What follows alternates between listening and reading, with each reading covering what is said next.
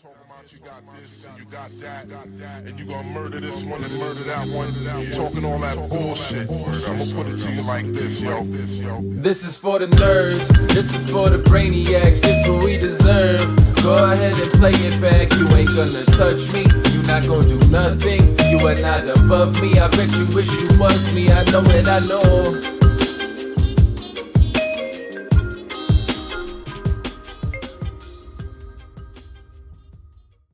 What is poppin', everybody? And welcome back to another special episode of the Only Friends podcast.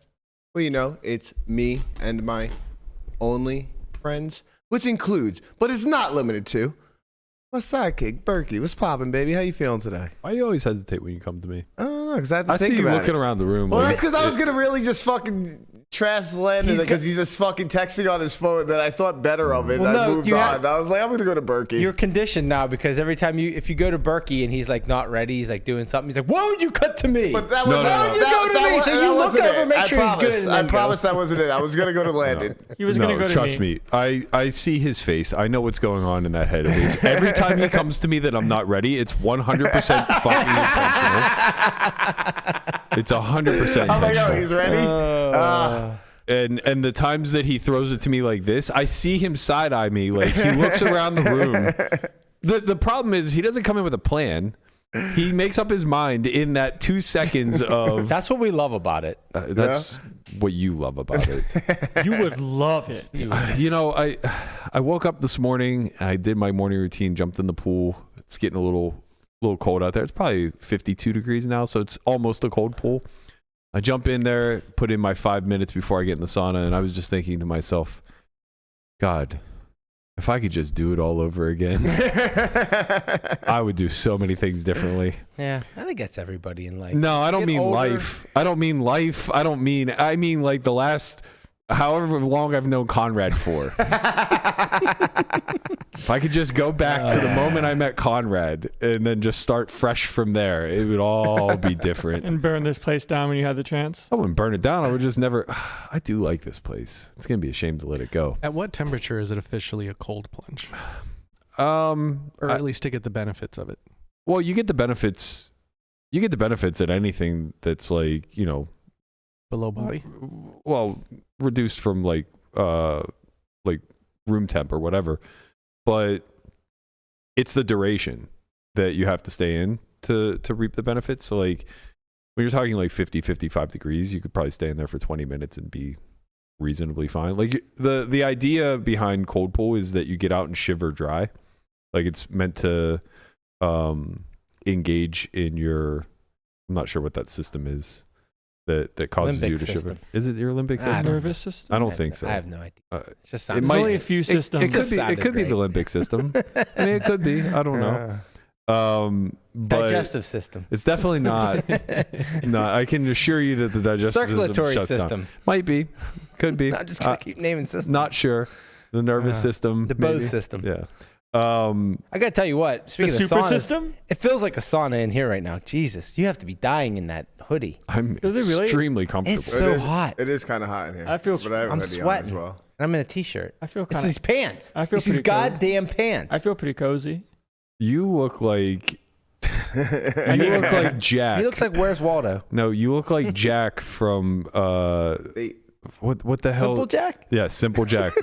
I don't know what that is. People can't Tropic see Thunder? Tropic Thunder. Thank you. the people can't see the shins and the ankles. It doesn't matter. I mean, the I don't know who told you it was a good idea to roll up your jeans, but let's squash that one Hey, before it listen, ends. that's probably There he is. There he is.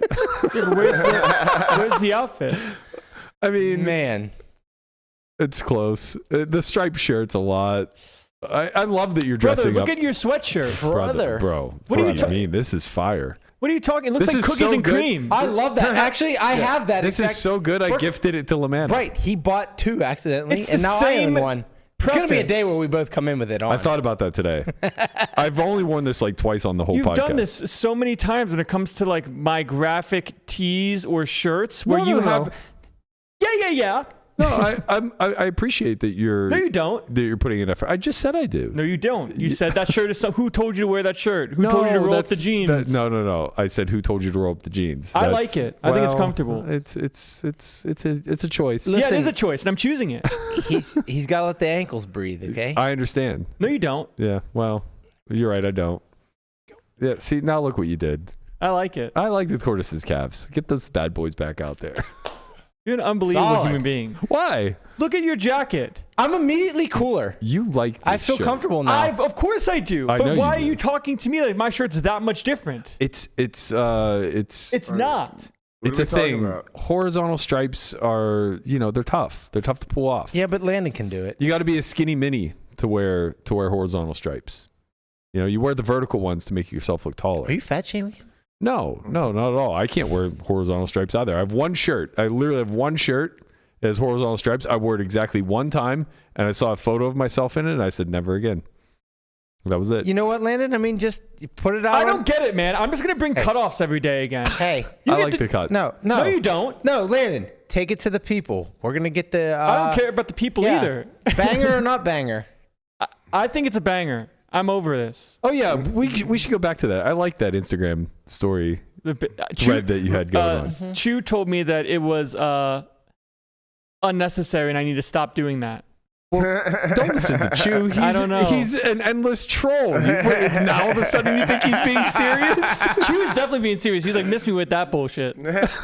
I mean, I assumed that you were getting too many not bangers on ones you thought were bangers and too many bangers on ones you weren't sure were bangers. Honestly, I like when it's more 50-50 because it's very. I like polarized style. Some Is the people think. Marlboro Man a banger? Yeah, absolutely. Everyone in my age bracket- I've come around. I did not. Look, I don't like the idea of wearing cigarette labeled things. Yeah. But I've definitely come around on the racing jacket thing. It's ironic. I did say this at the time. Billboard. I did say this at the time. If it were an M&M jacket, I would have been all in. Wait, who used to wear the M&M jacket? I can't remember his name. He passed away. He used to walk around with a cane. Yeah. Tony. It was like Tony. Started with a C. Anyway, yeah, he was an older, taller gentleman. He always wore an M&M. The only racing people jacket. that don't like the jacket are people over the age of 35. Yeah, and because smoking was a males. fucking brutal thing to That's our it. But, generation. right, but now they're so far removed that it's just a meme now. It's just I also think that Does they anybody don't your know age anything. smoke? very few. I would hope so. Or I very hope, very hope few not, people yeah. that I know still smoke cigarettes. Yeah. It's more just weed. I and think- even alcohol is decreasing. I think they're yeah. like 3 generations removed from the Marlboro Man too. There he is. But it's Right. not like it's not like that though. It's It's all basically red. like that. It's not like that. I thought it was the black and red one. It's black and red. Yeah. Yeah, and that Guapo one. got white. The 46% off. No, It's not that one particularly. but it's close. It doesn't have Marlboro on the sleeves. It only has it in the front. It only has it like plastered across the chest. This one kind of cooks. I don't mind this one. That's a little more subtle. Mhm. You know, you don't actually look like the box of cigarettes that they come in. Right. That's kind of the thing that I think is like lost is that these jackets actually look like the packaging for the cigarettes. Yeah. Yeah, like the M&M jacket looks like a bag of peanut M&Ms, yeah. M&Ms. I will admit though, I've come around on the jacket. I hated it at first. I like the jacket with the black I've jeans. come around. Yeah. I think it's a look. Fortunately for me, I don't care what you think. Yeah. Well, we're having a bit of a debate here because There's no debate. you at least want me to be wrong. There's no wrong or right or wrong. You wear that, you look like you're straight out of West It Side is a Story. style choice. Nobody's wrong here. There's I don't know. Last time Conrad and I had a style discrepancy. There's definitely right and wrong. Tell him, Connie. It's definitely right and wrong. Let's relax here. Sure, but in this specific instance with said outfit we have today, I don't see much wrong going on here. You Not could- wrong per se, All just right, a choice. All right, I'll just jump in real quick. Looks like, first day of middle school. You Yeah. got school pictures going on. Yeah. You might have went to TJ Maxx and got it. It's cool. I have a I have plenty of that. third grade It's picture in that shirt for sure. Fine. I got plenty of Yeah, that. for sure. Cool. Definitely true. I cling into your youth. I get it. We all want to go back, man. We all want to go back. What I Hey, wouldn't man. give for a sippy Stay cup. here. Stay as long as you can. For the love of God, Jerry. What I wouldn't give for a sippy cup and a nap right now. Oh, you know, man. just fucking sign me up. Just tell me where. This was the last time I wore a striped shirt. This is like Oh, shit. this is like Wow. 99. Oh, man. Well, how did you just pull that out Yeah, of but nowhere? but you're cooking. Those striped polos. Damn. Those striped polos were all the rage. Look at when young we were in high Guap. This school. is a polo. No, it's not. Yes, it is. Polos have collars. No, you don't have a collar, puppy. No, but it's from Polo. No, that's okay. That's different. It's just a The t-shirt. difference between this shirt and that shirt is there's a collar. No, polo shirts The difference are is collared. Guap pulled that off. Look at him. I mean, he looks also pissed. he was 99. always guapo. It's He looks 1999. actually angry that someone's taking a picture of him right now. Yeah, that's straight That off. was the look. That was the I'm not going to smile because I'm too cool to smile. look. That's straight off of a '99 rap album cover. Parental advisory. Yeah, that's all that Put a little needed. parental advisory That's at the all it bottom. needed was a parental Yep. advisory sticker for sure. Yep. MC Guap. Right. Your sweatshirt looks like you're going snowboarding. We're just gonna keep I would hanging. love to go This is- snowboarding. You guys like the fucking Spider-Man meme? I would love to go snowboarding I just right don't get how now. he's saying the same thing. 'Cause there's like 3 colors on his. There's like 3 colors here. The difference is that there's stripes, well, and yours doesn't have stripes. It's the thing about stripes. fashion. I will say that their patterns Yeah. mean a lot. Of Their course. differences. Like, What does Helen stripes Conrad. mean? it changes. It's very. What's the word I'm looking for? What is the word you're it's looking for? childish. Why? Because it just is, man. That's how Because you it just dress little reminds- kids. It just reminds you of picture day. Yeah. But that's just so nonsense. Well, it's just a striped shirt, man. I do like it better when I see It's it in fine. full frame. It's tough You to pull off. know I what's just gonna go, happen is he's just He's gonna gonna say come it in a couple around it. months. He's gonna be like, oh, like you know He's what? like, you know what? It's actually nice. Yeah, it's it's actually actually not bad. That's pretty good. Yeah, I'm gonna start wearing. You're gonna start seeing the inside of my thighs again. You're gonna start seeing cutoffs. You're gonna say, "Oh, like, where'd the striped shirt go?" And I said, "Oh, like it's not picture day today. God, we're all looking forward to It's summer. not picture dates. It's not picture day anymore." They're back. Oh shit! There we go. AI says they're back. AI says they're back. It's a Listen, strong comeback. You also, can't. That's the thing. It's like No, hold on. Versatile and timeless piece that can be worn for many occasions, from the office to the beach. I ain't going to the beach, so I only got one place to wear them. I got one place to wear them. As far as I know, this is an office. This is the office, baby. Yeah. A classic choice. It is classic. This is the thing, Burke. Our generation, you think that you're with it. You're in touch. He thinks he's cooking. He thinks he's cooking. Please don't lump me But, with like, you. but the thing is, no matter how much you try to avoid it, you're still a 40-year-old man, and you're always going to be Buddy. for the 43. next 10 years. Please 8 don't lump years. me with you. You just are. I'm sorry, Burke. You just are. You have to accept it. This guy comes in here You can with say- a striped shirt. You look at it and you're like, you look like you're in middle school. And then bang, the internet tells you, no, this is in style. He knows you don't because he's young. You're not. Neither am I. Let's move on. Turtle's got it, baby. Drop the mic, Yeah. Tortoise. I will say, ChatGPT is the exact place I want to ask my style. Thank you, for. Conrad. Thank you. And I like, usually go to rap videos. and Lamanna gave up 16 years ago Of on course. attempting to. I mean, Because look why- at you. You're a walking Target ad. That's yes. This is 100% Target. So is this. Tarjay. I love Target. Let's pipe down from Wait, the fucking oh, peanut gallery. You know, Burke. I don't have to like think about like what I. You know how like you don't have to think about what you eat every day. 'cause Yeah, you wear that's the same fine. thing. I don't have to think about what I wear because I wear the same. Well, thing man, I'm every not day. judging you. I'm just saying, don't Sounds speak a on little matters judgy. that you have no. But he's not speaking on matters. I think we He's should talking pivot from Weekend Warriors to like style To ba- choices. to- Oh, okay. Let's Yeah. get to every the new week. thing. Someone has to submit an outfit, and we wear it, and then we judge each banger, other. not banger. I Banger like this. Banger, not of banger. the week. I think this is a banger. Look at this. Not a banger. It's nice and tight. Not a banger. Jesus that. Christ. Those This is on good, clouds are soft. fucking crying. Oh, I love on Icons clouds. are so great. They're the wrong color. will They're say. beat the shit. They're not beat the shit. He's wearing black socks with them. Yeah. Like, you're a fucking mess. Let's not get started with you. What's wrong with You the? can't see them in the What's shot. wrong with the black socks? What's wrong with There's a an issue with the medium black shade socks. of blue, dark black socks, gray pants, and a sea Green green t-shirt? This is chartreuse. a muted color look. Okay, this is classic. It Cortez. is until you get to his feet. You're very. This is very monochrome. You need Bang. white shoes. You gotta have a need color gray pop, shoes. you know? You need a pop of color. Yes. Yeah, but you don't pop want to of do color. the black with the navy. I learned this one. You can't do navy and black. Yeah. Tell 'em. Wait, It's hard to do. Tell 'em. navy Maybe. and black. Your Where's shoes navy? are kind of navy. They're blue. They're not navy. Yeah.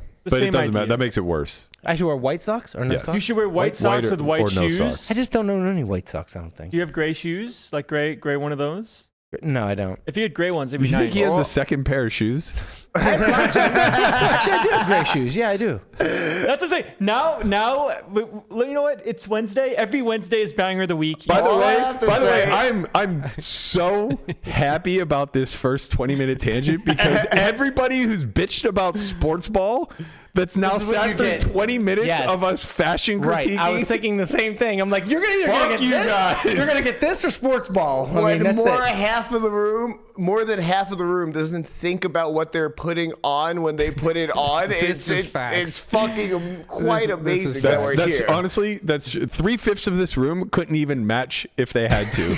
I don't care. From now on, Wednesdays are banger of the weeks. I like this. And we have to start Every Wednesday, we all come with Dude, our finest. I'm coming in a 3-piece suit next All week. right. So Yeah. fuck Ollie. I do like this. Every Wednesday, we You want me to try? I'll try.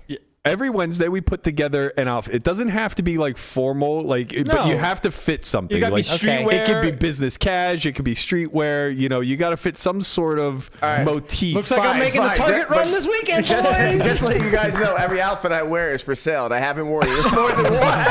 This has become Conrad's closet. I haven't worn it more than once, and it's for sale. I promise. That actually would be a very hilarious turn of events where Conrad dresses up once a week and just models for the audience to sells my purchase his. closet. There's like actual Instagram accounts of this where people tell the guy like, hey, like make an outfit for $100,000, for $10,000, for $100, and like he puts about like different fits that look really, really good. And it's just going to turn into Conrad on Wednesdays, coming in with his entire closet with like a QVC commercial saying, "Worn this one time, retail price is $1,500. I'll give it to you for $1,300." I already know what I'm going to wear Use on promo code Wednesday. OnlyFriends for 10% off Conrad's Closet. Conrad'sCloset.com. I know what I'm wearing on Wednesday. Good. Here, cut the Berkey. On Wednesday we wear pink. You're wearing this hoodie? I'm coming in with that hoodie. Oh my! I can't wait. But it's not like Berkey can critique it. He's gonna be like, that's great, man. No, but what are you gonna wear with it? It's all about the fit. You I'll know? wear that You can't just wear the with hoodie. white with these shoes Okay. and white socks. You can't tell us what you're gonna wear. It needs to be a I will surprise. be taking head to toe shots of everyone. So Yeah, we can You have to. Yeah. You Okay, have to. That would Matt, be what would you pre-production. claim your outfit is today? This is gym wear. Okay. Yeah. This is a full-blown athleisure Yeah. type of Ready setup. for some I feel like this deadlifting is and something you Creed. go play poker in. Like, just, I really? try a little bit harder than this, but honestly, to go play poker, He you wanna does. try Matt, harder. Matt on a Well, Friday. he's in the private, semi-private. you know how many pictures I take when I play poker? All right, bro. All right, big yourself? timer. No. Of yourself. Yeah, you're taking No. selfies. Ready to gamble. You gotta be prepped, man. You know how many bad pictures of me there are floating around the internet because I didn't try that day? It's a lot.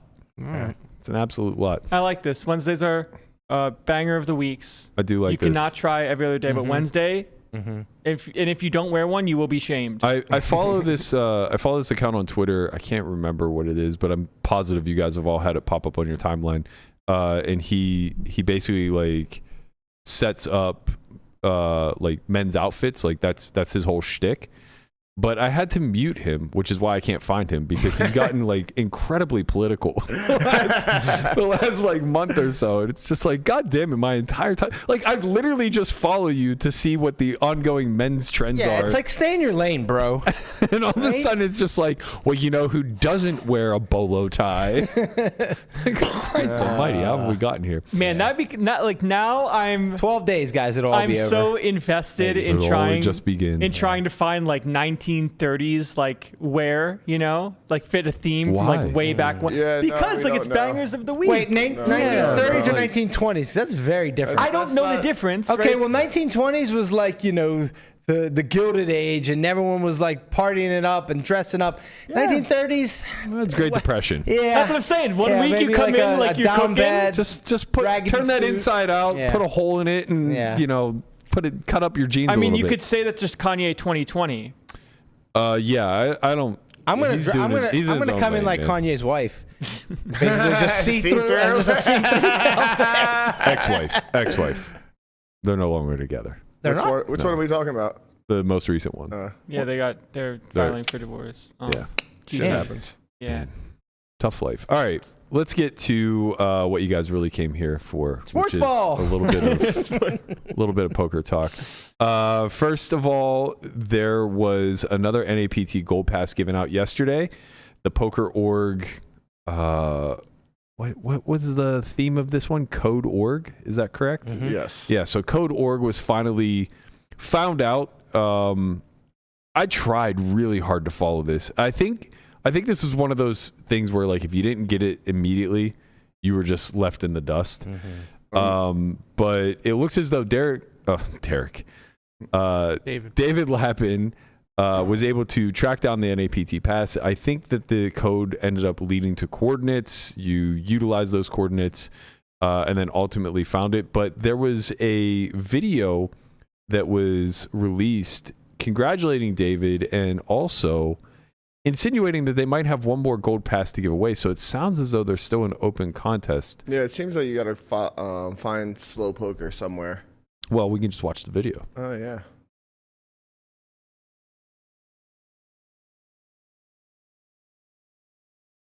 We, who we must point out, are in control.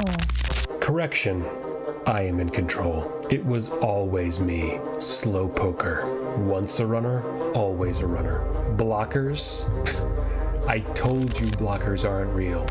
My hope was to throw you off the scent with all this subterfuge, but I underestimated you. One of you found my secret location, so I tipped my hat. The gold pass is yours. But you people know by now that I've probably got an ace up my sleeve. And the ace? A free seat to the NAPT main event. I've got it, and I'm headed somewhere for a full day. If you catch me, the seat is yours. Maybe I'll see you soon, but for now, gotta run. All right, so Runner's back. Yeah. And it comes with sort of a twist. We know who the runner is this time, so it's just a matter of figuring out his coordinates, I guess similar to the old contest. And I imagine this one has to wrap up pretty quickly, so probably a sprint more than a marathon this time around, if I had to guess. Wonder where he'll be. You got ideas? I'm actually looking at his at his page right now, trying to see if it's in his one of his shorts. Who knows? You got a location device on? Yeah, I was We're trying going to to find say something. I don't know, man. I really enjoy these contests. I wish I could have participated a little bit more in this one. The first runner was so much fun. Yeah. It was a very unique approach to things, and I'm sure that this one, the Code Org, was as well, but it wasn't as easy to digest, right? Like the runner was just very blatantly in your face. It was like, okay, here's the rules. There's a mystery person on the run. Figure out who it is. Win the seat, or win at the time it was a platinum pass, I think. Right? And it was like, oh, okay, cool. And now these clues are just going to be divulged through video form consistently over and over and over again. We're going to have these things to dissect. I think the Code Org one, it seemed like that was a similar thing that they ultimately did. There were a lot of breadcrumbs. I remember Maria actually did a clue where she spoke in Russian, and that had something to do with it. And there were a lot of breadcrumbs along the way that gave clues. But the problem was I never got inserted. You know, I didn't get sucked in the way that I did with Runner initially. But I love that they're being creative with the way they're giving away seats. To me, it's a lot better than the give me your email and in turn we'll randomly choose one winner type of contest. Got to make people work for it, make them think outside the box a little. Yeah, and I think that that's something that's pretty commonplace in our space now. Like the giveaway streets are just flooded.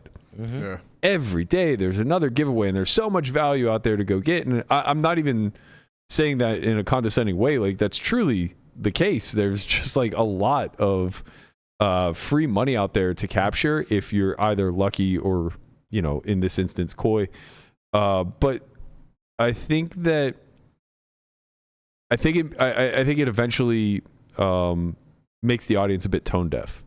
When they're retweeting every single day to try to capture a few dollars in EV, or they're following this influencer or that influencer to try to capture a little bit of EV, or whatever the case may be, eventually they just kind of, it just drowns out. Like there's this $5 million free roll event coming up for WPT in December. And by all accounts, this should be the biggest thing that happens in our space this year. Yeah. I know that there are bigger guarantees. I know that there are bigger prize pools, and it's tough to overlook that WSOP is guaranteeing $50 million in the Bahamas, and the Win Championship or the WPT Championship at the Win is going to be $20 million in the prize pool probably as well, or something along those lines.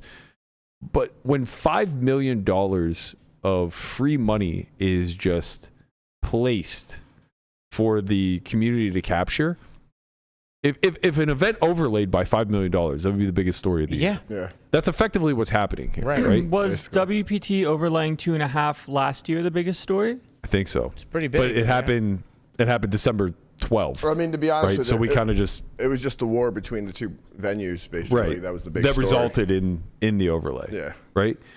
But in this instance, like, we get to anticipate the overlay because it's just... That's the thing. It's a $5 million free roll. And I have to tell you, and I don't think this is any fault of WPT from a marketing standpoint, but it just doesn't seem to be hitting the way that a free roll of that magnitude should. I mean, I have a lot of people hitting me up. How do I get tickets and stuff like that? Like, Yeah, everyone wants to play it, of course. But you just mean like in like just hearing about it? It's not a very buzz public about it? sphere kind of like forum town It's not square a news story. talk. Yeah, it's not a news story. They just DM you saying, how do I play? Yeah. It's just my timeline's flooded with a bunch of influencers saying like sign up for WPT or Club WPT Gold. Anything right? people that are saying poker's dead, don't play. Well, that's the conversation that we can get into here a little bit later. Yeah, I wasn't trying to move it. Just more No. It dovetails nicely because I do think that this is a great way to breach that conversation. Like, it is crazy that they're giving away $5 million and like you don't really hear much about it anymore except for their first announcement when it came out. Right. Well, and all the influencers. Yeah. Like if you're on Twitter, if you're on Instagram, you're getting inundated with ways to get a seat, potentially win a seat. But even that is just like pretty much a one and done for everybody, right? Like if you've already signed up to WPT or Club WPT Gold, you've done your job. You've done your due diligence. That's the best you can do. There isn't really another way. No. And if there is, it's unclear to me. And the if there audience. is, I mean, so throughout the weeks that coming up, I think people are giving them out through like just like competitions and stuff like that, or just like, give me your worst bad. I think Abe Styles put one recently, give me your worst bad beach story. Oh, okay. And then stuff like that.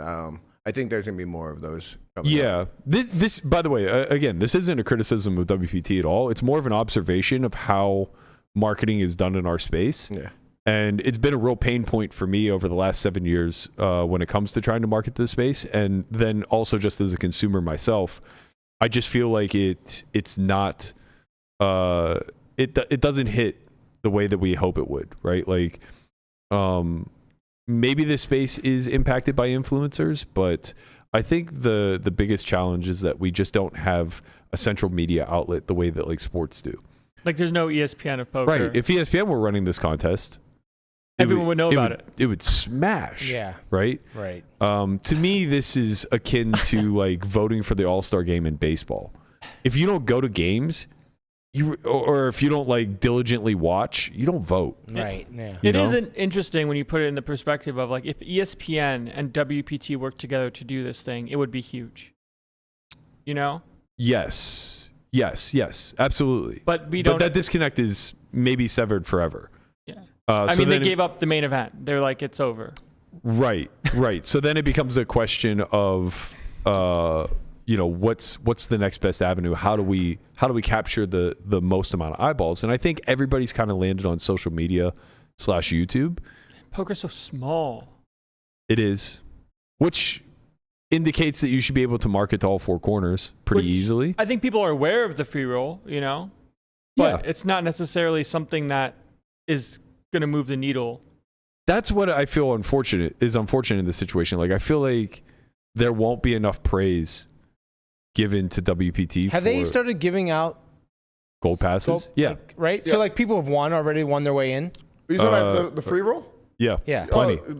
Probably a lot of Hundreds. Yeah, hundreds. Like they're giving away every day on Twitter. Oh, okay. Like they're yeah, just it's like you don't hear about like people winning. That's a great point. That's what I mean. I didn't even know that, right? So it's like you don't hear about like, hey, I got a gold pass. I can't wait to play. This is what I'm going to do. And it's like there's not stories around the whole thing. I think there's a reason for that so far. There's 2,000 of these things being, or like 1,700 of these things being given away probably. And like there isn't really a story to capture yet. Right. It's not like an NAPT Gold Pass, right? Where it's worth $10K, right? Yeah. Right. It's instead, what are they calling it? A golden ticket? It's a golden passport. Golden passport. Yes. We gotta make sure there's some delineation here. That's the other thing. A lot of gold stuff going on here. A lot of passes and passports. You know, a lot of clubs, a lot of passes, a lot of passports. Everything's gold. Not a lot of creativity. At least it's not striped, right? Very fair point. The striped passport. Yep. I just realized what you look like. What's that? A pack of bubble gum. There used to be this. Bazooka? There used to be this.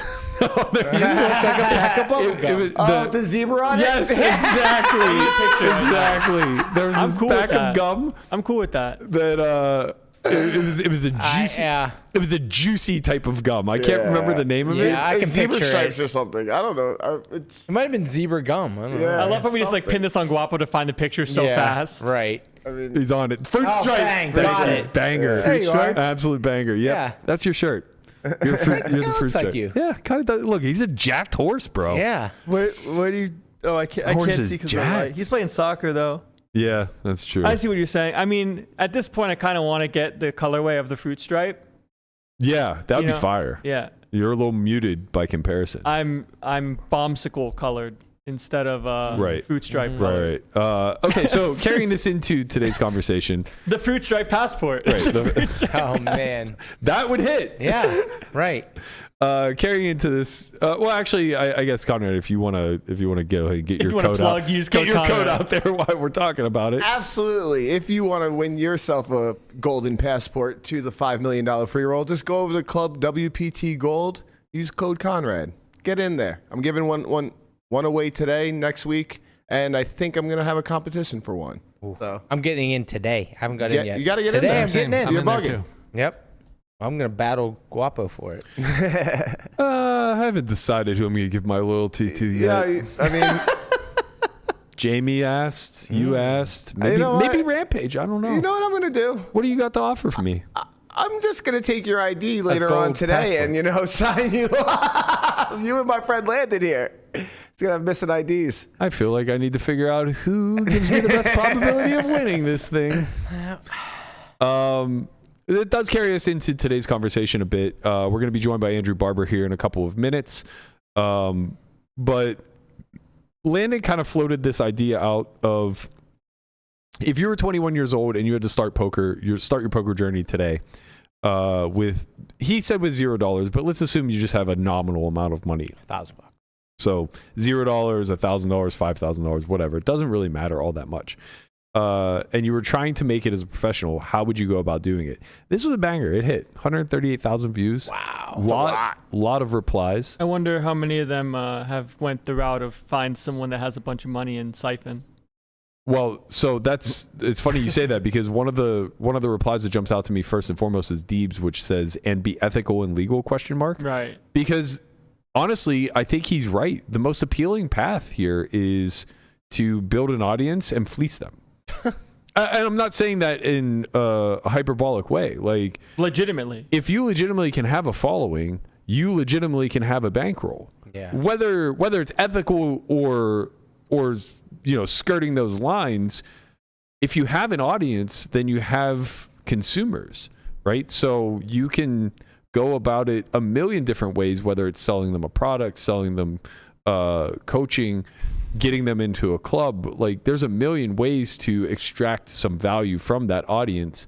And for somebody who has nothing or nearly nothing, it's a pretty good infusion of money to a bankroll. And I saw similar responses kind of echoed throughout of become a content creator. I think we're seeing that a lot. When you look at the content creation space, it is a lot of 25s and under. I just wonder how much of the 25 and unders are able to make it as I don't want to say like a career in the poker skill set, more so just being in the industry. Like it's just a different game of making content versus playing and studying poker. Correct. And one of those can potentially scale to having a good amount of money when they both you're can. young. But content creation, you kind of have to take the route of becoming the best in the space and then finding a way to sign with a company or a site. Well, that's ideal. But even if you don't make it to that exit point, you're right that it's a way different skill set figuring out how to navigate the YouTube algorithm than it is figuring out how to check raise on a 9-high monotone board, right? There's no parallels there at all. It does seem like those are the two routes, is like pay for your education, just like a college you would, in the sense of instead of paying in debt, you pay by getting backing and getting coached and instructed that way. Or you're spending your time on YouTube trying to figure Instagram reels, like trying to build a platform and then create an app game or whatever where you take some form of rake and make money in that regard. I'm not even sure if that is as viable anymore either. Like that was a banger idea during COVID. And I'm sure that there's still plenty of raked app games out there that are doing just fine. But that model has to that model just doesn't seem sustainable to me. Year over year, it seems like more and more people will be less willing to fire into the abyss, into clubs. I would argue that clubs are a large part of hands being played today. I think that may be true. I mean, look at Poker would Bros. argue this just because, like, all this, like, middle America, like, Texas, like, they all use these, like, clubs that are just, like, you know, homegrown or unions or something like that, where they just combine, and a lot of people play on these sites. Yeah, well, I think particularly in the United States, right? Like, what do you think the percentage of Europeans are that play apps? Very, very low, unless they're in private clubs or something along those lines. Like for higher stakes, maybe. Yeah, but if you're talking general populace, it's got to be pretty low. Like 1, 2, 2, 4, 2, 5, like 5, 10 biggest, and even that is drawing slim in the U.S. I mean, honestly, like they could be. Yeah, I would say it's very low, but like I'd say probably some smart ones reach out to like influencers and try to get in their clubs and stuff like that. But they probably get kicked out over time. But in the United States, perhaps maybe half, 60% of all online poker is maybe played on clubs. I would go with up to like 60 to 70%. Yeah. Yeah, I think you might be right there. And I might even be more than that. That's not what I'm speaking to, though. Like, obviously the demand is there. What I'm speaking to is the sustainability of the model. And it just seems like the only people really getting rich are the platforms. Poker Bros, PPV Poker, like Club GG, wherever you want to go. That to me seems so unsustainable that at some point, you know, it's basically a pyramid scheme. It's like the top gets super wealthy, and then the agents, they make their big chunk of the pie. That sign up other people, right? And sign up and other then at people. the bottom, it's just like you're just running that Fannie. Is it Fannie Mae? No, not Fannie Mae. Not Fannie Mae. Amway. That Amway scam. Where it's like, Scamway. You got to start the business with me, man. If you start the business and you get 3 people to start the business, and then they start the business, like now we got a downline. And it's like you use just a bunch of fancy like terms. MLM or you just use a bunch of fancy terms for an MLM where it's like you're just raking the bottom. Somebody who might know a thing or two about a thing or two when it comes to the economics of an MLM is Andrew Barber, and we got him on the line. There he is. What's poppin', Andrew? What an intro. Didn't think we'd be talking about MLMs today. Well, just so you know, if you come in on Wednesdays, you're going to have to be part of Banger of the Week. Oh, God. You're going to have to start putting some outfits How's your together. wardrobe these days? Yeah. Pardon? What was that? How's your wardrobe these days? Wardrobe these days? What am I wearing today? I'm There you go, sporting Peloton. I like it. All right. Yeah. See? Banger of the week. That is a banger right there. Yeah, you might have missed this, but we started the show off with 20 minutes of wardrobe talk. Right. So now every Wednesday will be Blame us showing Landon off. in his striped shirt. Yeah, it's going to be us showing off our finest threads. I don't have any Pittsburgh paraphernalia yet, so I got to grab something from the strip. There's some really Now good we're shirts available. You got to get down to the 412 store, man. Mm-hmm. Come on, what are you waiting for? You're a Yinzer now. There's no turning back. Right. I think the funny thing is that Pittsburghers hate on Ohio so much. Oh yeah. Oh, fuck that place, man. What are you talking There's about? so much Ohio hate here. Yeah. Well, look, Youngsville is okay. Youngstown? Or Youngstown, rather. Youngstown is okay. Steubenville is what I was thinking. These are okay. They're Yinzer adjacent. Yeah, Dean Martin's from Steubenville. Right.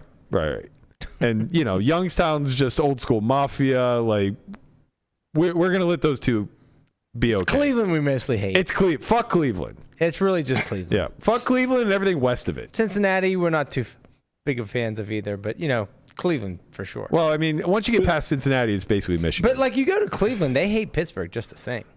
Yeah. Yeah. Yeah, well, we little broed them. I saw a shirt that said hating Pittsburgh doesn't make Cleveland better. Right.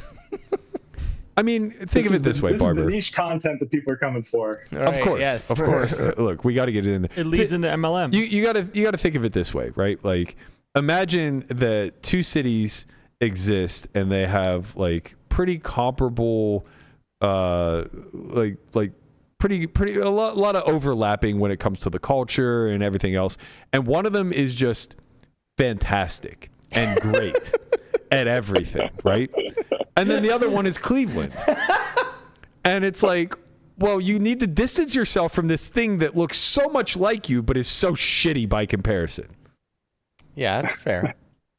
It's kind of like New York and Boston, What? Oh, it's true. Just relax yourself. New York all is Pittsburgh in this instance. No, let's not do that either. Boston's Cleveland. I mean, yeah, no, New York's New York. I'm just pissing off the entire East Coast. Yeah, of course you are. All right, let's get back to what we were actually talking about. What was that? Wardrobes. We were talking about if you had to start your career over at 21 years old with some amount of money, $0 to $10,000, let's call it. How would you go about becoming a professional poker player? And is it feasible these days to make it?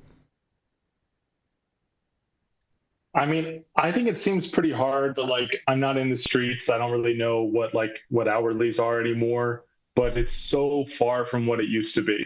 I mean, Berkey, we're old, but these kids don't realize how much free money there was. I mean, there were money trees that you could just go to at any time. I think that one of my most vivid memories was seeing. So I started in sit and goes, and people had compiled a list of attainable ROIs in the party sit and goes, and you could attain an ROI of 10% in the party 215s. So roughly, $21 per sit and go, and you could play 100 of these in a day. Right. Right. Yeah. Yeah. I think that's kind of where the conversation was headed currently, is that it's not that there's no free money now. There is. It's just that it's so much less attainable and it's spread out so much more throughout the entire community. So you're right. Win rates were just disgusting back then. I mean, I can remember when I first started living with Dan O'Brien. This must have been 16 years ago, something like that, maybe 15 years ago. We had this ongoing debate about what was a better measurement of win rate, hourly or your average session win.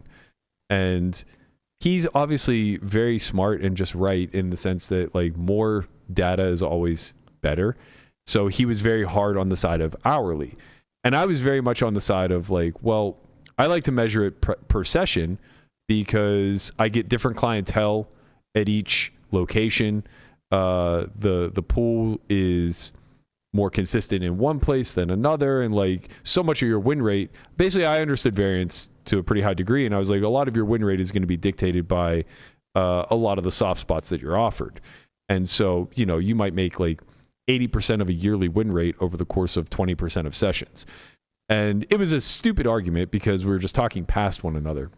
But the reason I bring this up is because it really was that free and clear back then, where it was I knew that if I ever was struggling and needed to rebuild, I could just stop playing the uncapped Venetian 510, which offered me a very high win rate, but also came with a lot of risk and things of that nature, and just go play Red Rock 2.5, where I might be making $50 an hour, which is completely unattainable in today's current landscape, right? Like, there's just nobody who's making. I don't know about that. $50 an hour? Nobody. That's not that crazy. See, I think you're wrong. I think you could go play and make $100 or $125 an hour. Maybe. Now it's like you'd be lucky to make 30 or 40. The best players are making 50. But back then, the best players were making 150 in that game. Like, it was that might be a lot, but like at least 100. It was so soft. One thing I will say. Vegas is different than every other market there is when it comes to this. But back then it wasn't. Games are very soft outside of Vegas, and win rates have to be higher. They just have to be. Higher or lower? Higher. Like, Vegas games, like, there's nothing. Well, there are pros and cons. Vegas attracts the most amount of professionals, of course, but Vegas also has the lowest average rake. Yeah, the rake and the volume. That's probably and the most choice. Yes. Right. Those are probably, that's what it has going for them. But, like, there's still free money out there and a lot of it. And it's just like, it just doesn't look that way, kind of, because here is kind of doom and gloom. For Maybe. I mean, Barber, you came from Sacramento and then moved into the Pittsburgh climate where I guess Rivers isn't really all that bustling when it comes to volume. But do you think that, like, there are comparable win rates now in these kind of, like, smaller city areas as to what we were winning 10, 15 years ago? I don't think so. I mean, I was spoiled. I was actually, so between Sacramento and Pittsburgh, I was in the Bay Area for a number of years. And I have argued that is the best city on the planet to be a poker pro. I agree. And I think the hourlies there are like the only ones that would justify for me continuing to play. Mm-hmm. But I think it drops off so quickly after that. So like I've talked to people from around the country, and I have like a sense to the degree that you can like trust people's estimates of hourlies. Like I think the Bay Area is probably the only place in the country where you can make over 100 without playing bigger than 510. Yeah, see, and that's kind of always been my premise. We had Mark Goon on last week where he's taking on this challenge to make $100 an hour at 5.5 in LA. And so far he's beating it, but his intention is only to play 300 hours and kind of call it because he's losing his mind. And I think that last point really speaks to the regression to the mean, right? It's like, well, part of what comes with losing your mind is what you actually have to do to maximize your win rate in these particular environments. And when variance takes hold, it can force you to like make massive strategic adjustments that may not be incentivized necessarily by the pool.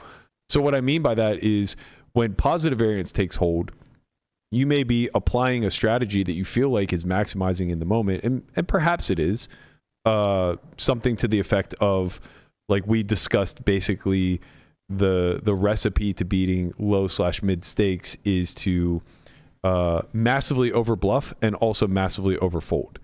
And I think that that's probably still pretty true in live poker. And that's easy to confirm if variance is falling in your favor.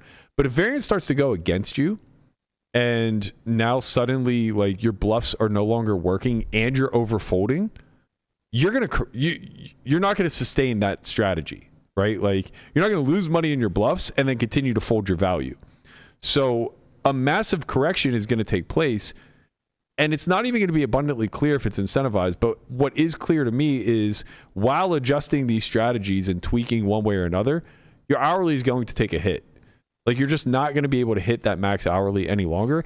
And I think that's really what we're ultimately speaking to here is back in 2008, 9, 10, whatever, you didn't really have to make massive adjustments in order to sustain a really unsustainable hourly. Like I should actually go back and look at my spreadsheet or like compile some numbers, but you have numbers from way back when? 2004. Mm-hmm. You have everything? I have everything all the way back to 2004. Wow, that'd be sick to go through actually. I'm curious. Like, yeah. Again, they're not very accurate because I wasn't tracking hours. This is where the argument between Dan and I went. You just had profit loss. It was just a P&L. Yeah. Yeah, but you can see per session. Right, and I could estimate my hours for a year. Right, yeah, exactly. You probably put in like, an average of 1,500-ish. an average of 5 to 7 hours per session, something like that. What a tracker. That's great. That's pretty rare, I would imagine. I was the opposite of Brian. At first, he did not want to log a loss. No, that's not true. I used to I was very diligent in logging, and then I kind of just stopped, probably because I started losing. Right, so what I said is not true. No, I'm saying I did. I'm the best. I'm the joking. best tracker I've ever seen. But then the Fire Nation attacked. Yeah. But I don't even know. I used to do it literally on paper. I had a notebook. I had a notebook too. I literally had a notebook with like all my from probably 2005 or 6 with like all my sessions, and I don't know if I put my hourly or not in there. I definitely put like what I bought in for, what I cashed out for, where I played, everything. But you have this all online. I have it all in a spreadsheet. Like a spreadsheet. Right? Yeah. So that's pretty sick. Yeah. Up until like maybe 5 or 6 years ago when apps became a thing. You went more digital with your tracking. God bless the apps. Circling back to the original point though, is that what's kind of hidden here is how much that actually does curb variance, right? Like, sure, our strategies were simpler back then, but they were also more efficient.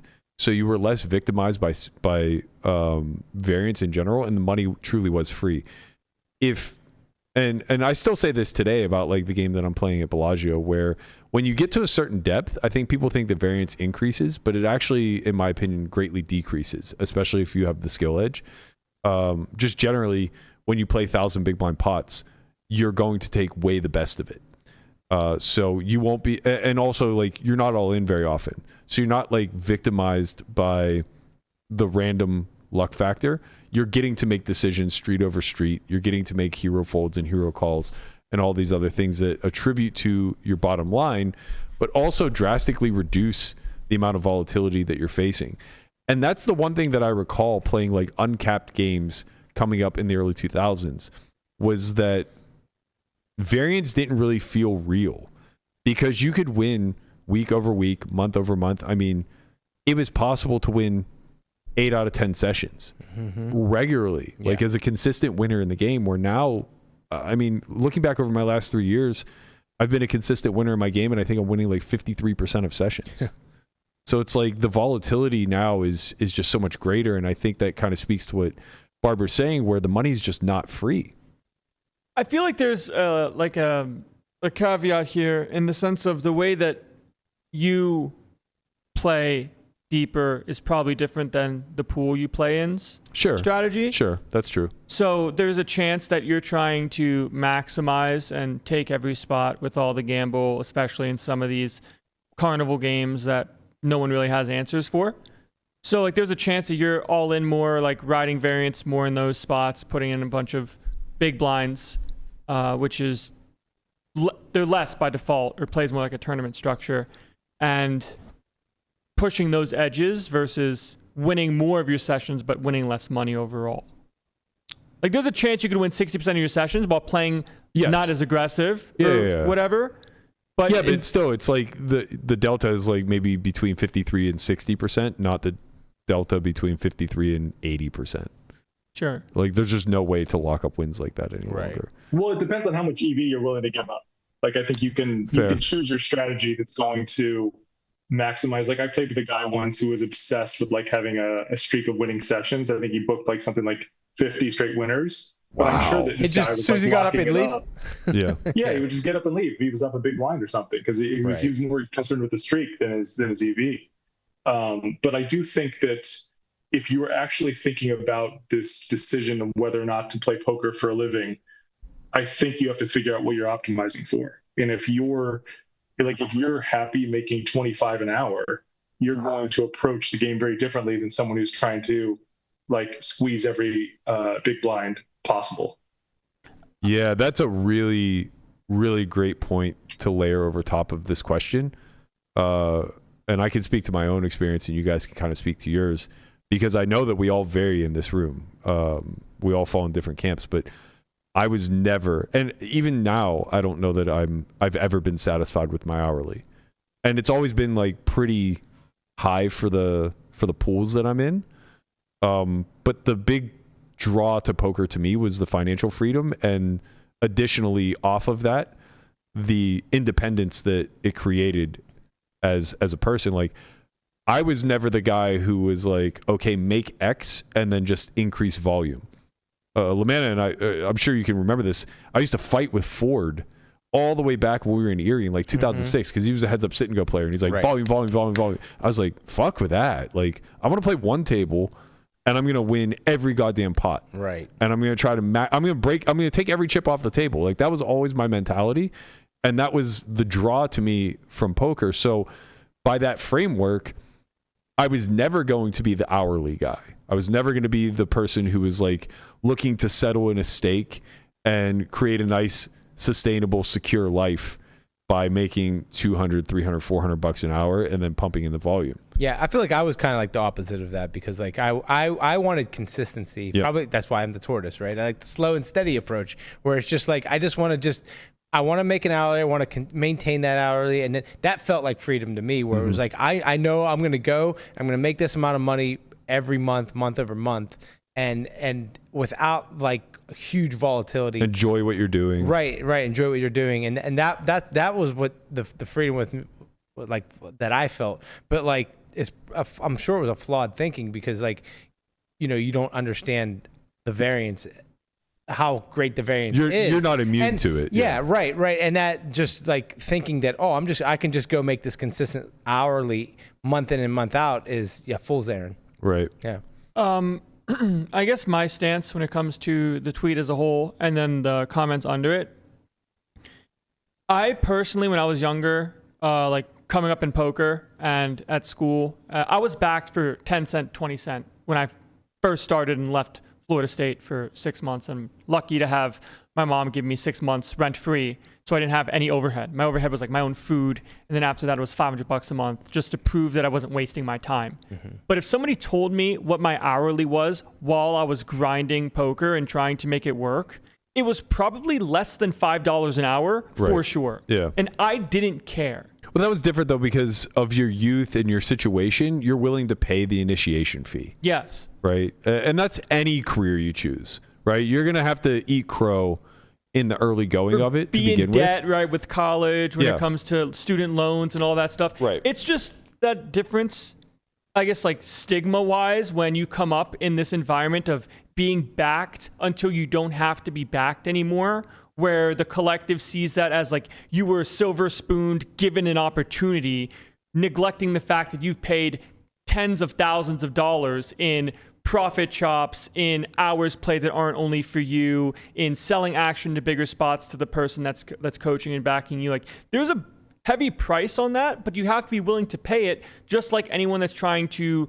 be like doctor, lawyer, engineer are going to have to pay the same things. The upside isn't always going to be as great, though. With those other careers, you're going to make a lot of money if you see the end of it. That's an interesting slant to this. Barbara, I'll kind of pose this question to you specifically. What do you think of the path of being backed? Like, is this a viable? I mean, maybe the question is better stated. If you were starting poker tomorrow from scratch, is it viable to make it through a backing deal? I think it's an absolute disaster to start that way. I think it's just like, I think a good analogy is to think about like escape velocity. And you're just not going to be able to escape the pull, that comes from being backed, just because, you're like chopping your win rate in half. You're never going to be able to play on your own dime. I actually think shot taking and just going busto over and over again is probably, if you're going to go this route, is way better than getting backed. I have a good friend that's done a good amount of backing, and like he and I like both know that his horses should leave him a lot faster than they actually do. Yeah. I think that point you made is kind of a mantra that I've always lived by, and it's not a well accepted one. I don't think. I think we want to frame poker as like this very fruitful option for most, and the hard truth is that I think it's just an option for survivors. Like at the end of the day, sure, talent rises and ability matters, but very little, very, very little, I think, overcomes the ability to just like have a high degree of discipline and stick-to-itiveness. So I think the notion of just being able to have a role, manage it diligently, grind your way up to the top, and eventually, you know, find yourself playing for more money than you could ever imagined when you started, or reaching the highest level of success where you're truly independent. It feels very hard, especially if you need aid along the way, because if you put your main focus as being not going broke, which is effectively what you're saying when you're choosing to get backed, right? You're effectively saying like, I'm going to sacrifice upside in order to reduce downside, right? Mm-hmm. As opposed to getting a job and finding extra time to play poker. Like in my my circumstance, so to speak, when I got backed was because I simply did not have enough money as a college kid to play anything that wasn't 2 cent, 4 cent.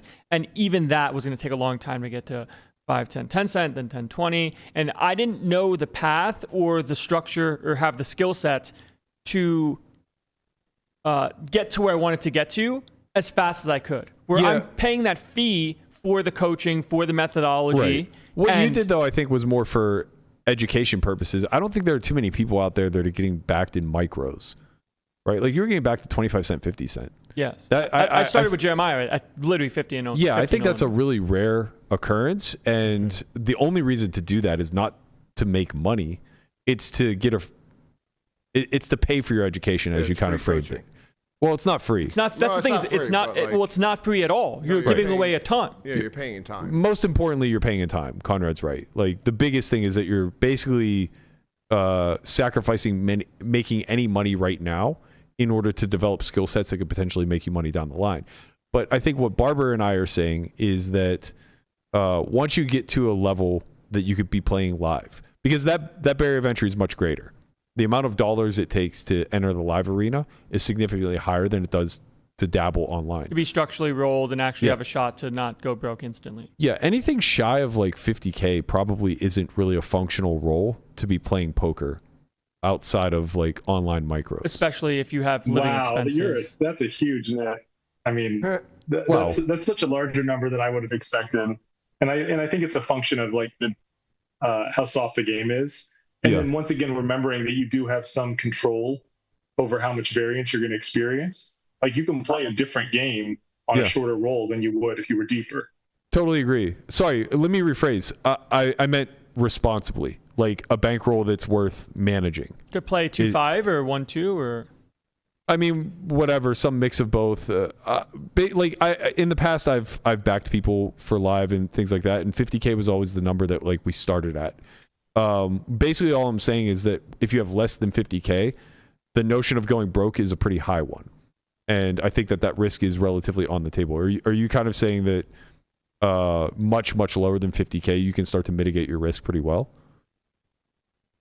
I mean, I'm super biased just because I had exposure to California poker, which is Northern California poker, which was amazing. I mean, from 2015 to 2023, I never had a losing outside of the series. That's incredible. So I think that I don't think it's irresponsible to play 2-3-5 on like a roll of like 10 or 15K. I'm with you. For what it's worth, that's so scary. I think the only difference is how we're qualifying irresponsible. I agree with you. I don't think it's irresponsible at all. But I'm saying that off of the idea that I don't think it's irresponsible to go broke off of 15K. I just don't think that you would if you have access to soft games and you game select, because that, like I said, there's all these choices that you can make. You can play at certain times in certain lineups at certain depths. In certain seats, you could cherry pick. Like I really like what you said earlier about how your poker hourly throughout a year is not going to be uniform. It's going to be like Pareto distributed, meaning like 80% of the profits are going to come from 20% of the sessions. You could just cherry pick those sessions, and you can identify what are the characteristics of those awesome sessions. They're going to be late. People are going to be drunk. And so if you really can play at any time, across the day, the week, the year, then I think that you could hunt for like the perfect spots. And like, I think this should generally be like the heuristic used for shot taking. Like, is this a much better than average game? And then, you can make choices, okay, I have a shorter roll, so I have to buy in short, or I have to like lay off a small piece of my action today or something. There's so many things you can do to control your risk of ruin that I think people disregard, or they assume I have to play the exact same way. I have to play any time there's a seat open at the table. All these things are choice variables that you have. I think that's very true. I do think, though, when it comes to the, call it, getting backed for education type of principle, there's always that situation that happens where backer backs player becomes very, very good in a short amount of time, puts in a lot of effort at small stakes, backer sees the hand, sees the database, sees graph go up, and says, I think you can skip playing these stakes and go instantly in a 2-5 live, and I'll give you a bankroll for that. So instead of like starting at 50 no limit, they can move up in stakes pretty fast in relation to having their own roll and doing that even though you're paying a fee. Right, but the scale is still relative. You're still giving up half of your earnings. Yes, but you can give up half of your earnings playing a higher stake to then get off of stake at some point when you make enough. That's the point. And then do your own. That's the point. I'll bring it back full circle to Barber, but like nobody is, and I'm sure there's one person out there who's the fucking exception, so don't come at me for this, but like there are very few people, if anyone, that are able to sustain their cost of living at the equivalent of $1.25, $2.50. So half of 2.5. It's just not really viable. Not unless you're by far the biggest winner, but even then you still have to be like selecting the way Barber is kind of pointing out, because rake is just such an overbearing tax that is very difficult to escape. So even if you're getting backed for 2.5, sure, if you sun run early on and immediately get off stake when you have 20K to yourself, and then you just, or even 10K, and then you just do, as we're kind of speaking about, like shot take, attempt to get that up to 50 where you have a really manageable roll, whatever. And if you go broke, jump back on stake. Okay, fine. Maybe that process is doable. But if the notion is like, I'm going to get back to 2.5 for a full year, you're just going to spend your roll. Yeah, because think about it. Say you're like one of the best players in the field and you're making 10 big blinds an hour. You're making $50 an hour, which is now 25, right? And you grind your dick off and work like 2,000 hours, right? Yeah. Now you're making $50,000 a year, and then you have to pay taxes on that, and you have to live. You're gonna end up at the end of the year with $0. And if you're playing somewhere where you can get in 2,000 hours live, you're in Vegas, LA, Florida, or San Francisco. Right. That cost of living is not cheap. Right. Exactly. You're not going to be able to build a roll. Right. Yeah. You think it's just dead then? But like, it's crazy because I people told me poker was dead when I first came into poker, and I'm so glad I didn't listen to those people. Well, it's not dead because that's what I'm not saying like as a me thing, but like no, it is a you thing though. That's the thing, is that you're an anomaly. Like I said, poker is the winners are their survivors. It's hard to build a roll when you're just backed. Right. I think that's the whole point. That's why that's why Barber said, like, I think you should do shot taking and right. Like, instead of like being backed and maybe you have 15,000, now you just play 2.5 on your own. Right. Like, I don't think poker's dead. Right. I think the money managers that came into the space have killed the dream. Right. I think the ability to be a survivor is dying on the vine of people who are trying to manage 100 buy-ins for 1-2. Yeah.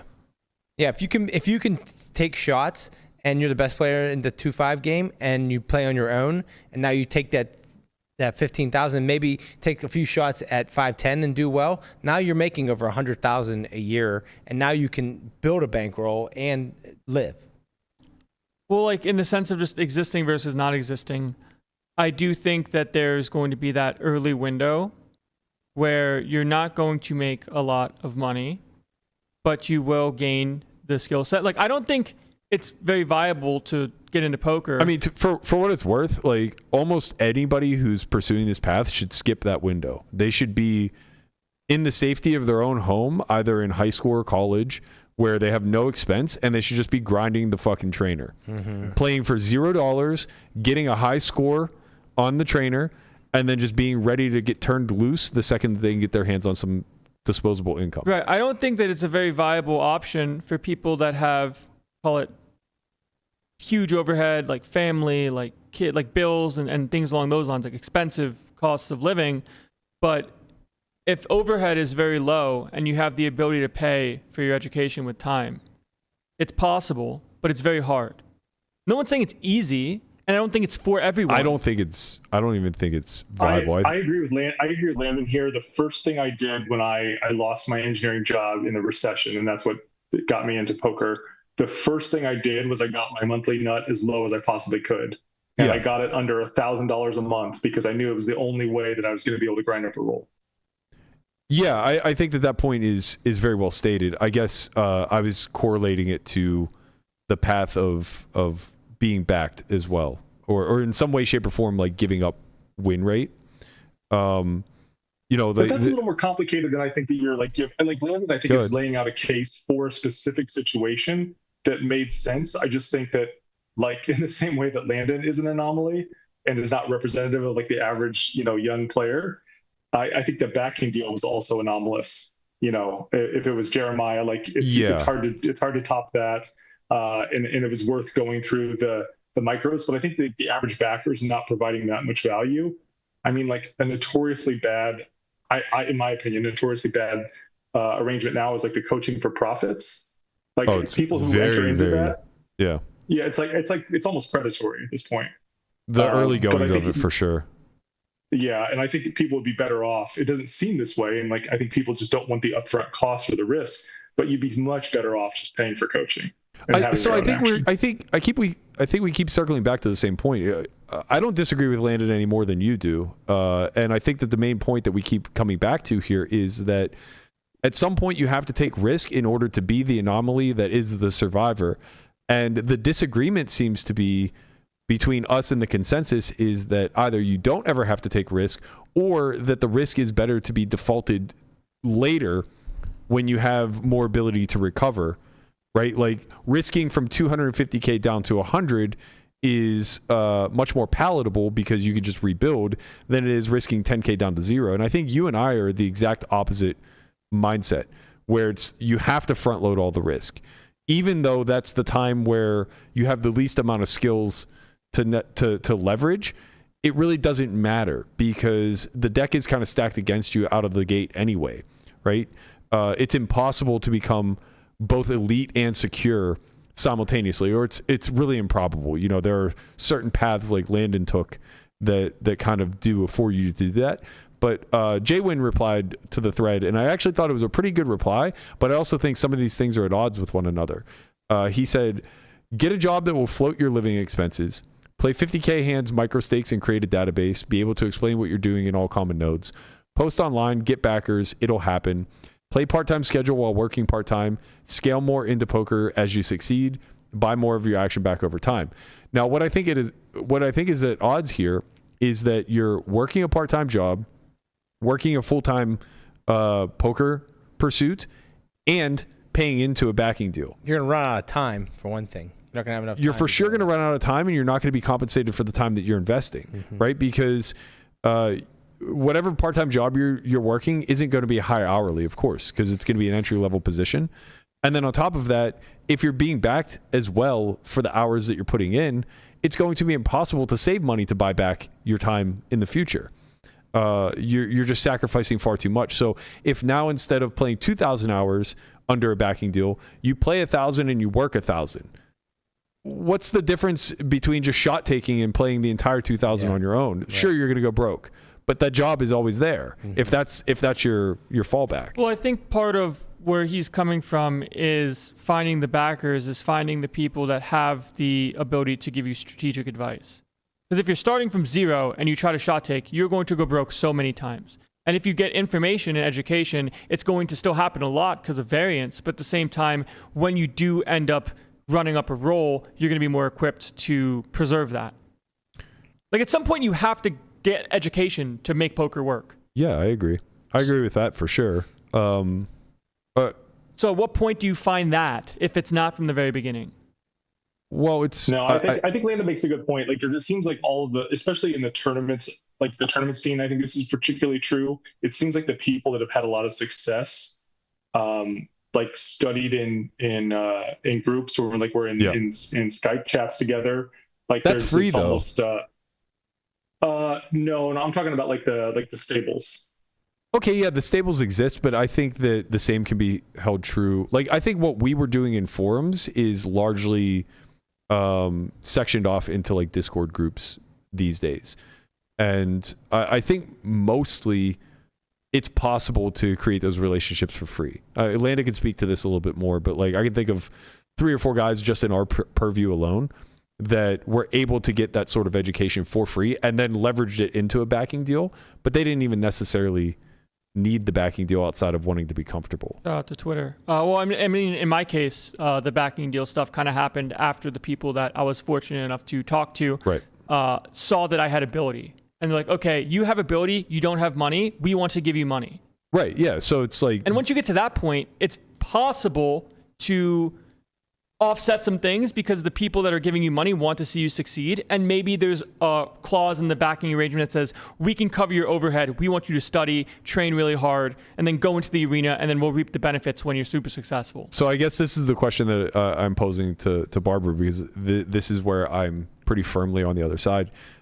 That, to me, feels like way too much of an upfront hedge on risk that you're going to naturally incur anyway. And for me, I would personally rather see somebody continually take that risk off of 10K until something bursts. Either they run it up to the point where they have a manageable role, or they go broke enough times that they say poker's not for me. As opposed to kind of laying in this lull where you're offsetting all of this risk in order to slowly try to make it, where you're not getting the signals one way or the other. So you're never going broke, so you don't get the signal to exit potentially or work on some things, whatever. And you're never really booming either, which means that you're never really getting a signal that you can potentially scale this thing. It's just like a never-ending loop of hopium, in my opinion, where you're just waiting for a dam to break where there's no actual water. I think it depends on how close the backing / coaching arrangement is to college. Like, I think if you can analogize it to college, yeah, let's take that cost, that opportunity cost, which is substantial, and it could potentially pay for itself. I mean, obviously there's uncertainty there. You know, even if you have a fantastic coach and you learn as much as you possibly can, variance might not be on your side. Versus, I went the other route. I was kind of like you, where it was like, I'm going to grind up from nothing, and I'm going to take my licks, and I'm going to learn by doing, which is slow. But I'm so glad that I went through that, because there is something about grinding your face off for years and years and years that I think makes you, I think it gives you a set of skills that can't be taught. Yes. Those are real world skills, right? We're talking more like that, but like, you've just seen it all. Like, I've seen it all at a table. I know there's no situation I'm going to encounter that I haven't observed before, but that's not true when you're just starting, and that's not true regardless of the amount of coaching you've received. Like, you're not gonna, there's certain exploits and certain tells that you're just not going to pick up on. Yeah, I think that's kind of the double-edged sword of fast-tracking education, right? Is and I talk about this a lot, that I learned best from negative reinforcement, where if you're very studied and you're very tuned into theory and things of that nature, you see the world through a very specific lens. And the issue is that you don't really have the negative feedback loop to compare that to. So what I mean by that is, as you're learning things, you're learning it in a step-by-step process, or you're building a certain framework of thought, but it lacks the context of the opposite side, or the opposite way of thinking. You get very honed at being able to logic through something the way that a machine would or something of that nature. And when you go and play humans that are no longer rational actors, you lack the contextual thinking of what do mistakes actually look like? Because I'm used to studying in an environment where mistakes don't exist. My win rate just simply comes from my ability to execute as close to zero as possible and then throwing people in the environment that are freely giving away money. The challenge now becomes, well, what happens when the environment that you're in, nobody plays good and everybody's giving away free money? The assumption is that anybody who has a good framework for thinking will immediately logic their way through max exploits. And I caught a lot of flack for this a week or two ago, where I said, if you were to thrust like a Linus Love into the Bobby Room game tomorrow, and you let him play for some small amount of sample, I don't necessarily think he theoretically has the highest win rate in that environment. And what I meant by that was just that there's nothing innate about understanding how to maximize the situations in that room. More importantly, a lot of it is contradictory to what theory would actually want to do. So the notion is we understand the theory baseline so that we can deviate. We give ourselves permission to deviate. But most importantly, understanding the baseline signals to us when somebody else is disobeying what is incentivized in that particular moment. So you throw a guy like Linus in there who's brilliant and understands theory and execution maybe better than anybody else that we can come to mind immediately. And now you 10x his stack depth on average and put him against a bunch of people who are never in any way, shape, or form obeying what theory would do in these particular spots. And you're asking him to maximally exploit him. You're not asking him to win, because he's naturally going to win. He's good enough that he won't make egregious errors, and he's going to have a very high win rate. And he wins by default. Right, but you're asking him to be the biggest winner. You're asking him to play somewhat clairvoyant, and you're asking him to do it with zero data on the pool. And that was my argument, was that somebody who has experienced it, who has gone through the negative feedback loop, who has innate data on the pool, even though it's not quantifiable, it's qualified, right? Like they've observed enough to kind of be able to feel their way through certain spots. That person is naturally going to exploit better, because a lot of the max exploits are losing plays in theory, right? But they're massively winning in practice due to the counter strategy that's being applied in game. And I think that speaks very well to what Barber and I are both saying when it comes to a trial by fire, so to speak. And it's not saying that Linus would not get to a point to become the biggest winner. Agreed. Because he will. With enough time, with enough sample. Yeah. Yeah. So it's just a different setting when you have some guy like swoop in with all the stuff and then play against like Billy, and someone that has played against Billy for many, many years knows that if he check raises the spot, he has these subset of hands. Linus is going to go off the default, which Right. isn't wrong and is always going to be winning. But is it winning the most? No. Probably not. Right? Probably not. Right, because like innately, his instinct is trained along baseline theory. And if you have two options available, one of which will maximize the EV of a spot, and the other of which will win EV, but nowhere near, like the delta between the max and that choice is going to be relatively large. But the thing that maximizes, in theory, is a negative EV decision. It won't even be an option to him, right? And I know this from just experience in talking hands with you. Yeah. Where it's just like, I'll never turn this hand into a bluff. It's losing too much money. Right. It's just bad combos. Yeah, it's just bad I'm very blockers. confident about a spot and what it's earning, and I've had enough trials and feedback to be able to demonstrate, like, look, this is, if he's doing this, then we can conclude that kind of thing. The feedback loop sucks too, because you could just be right and get called.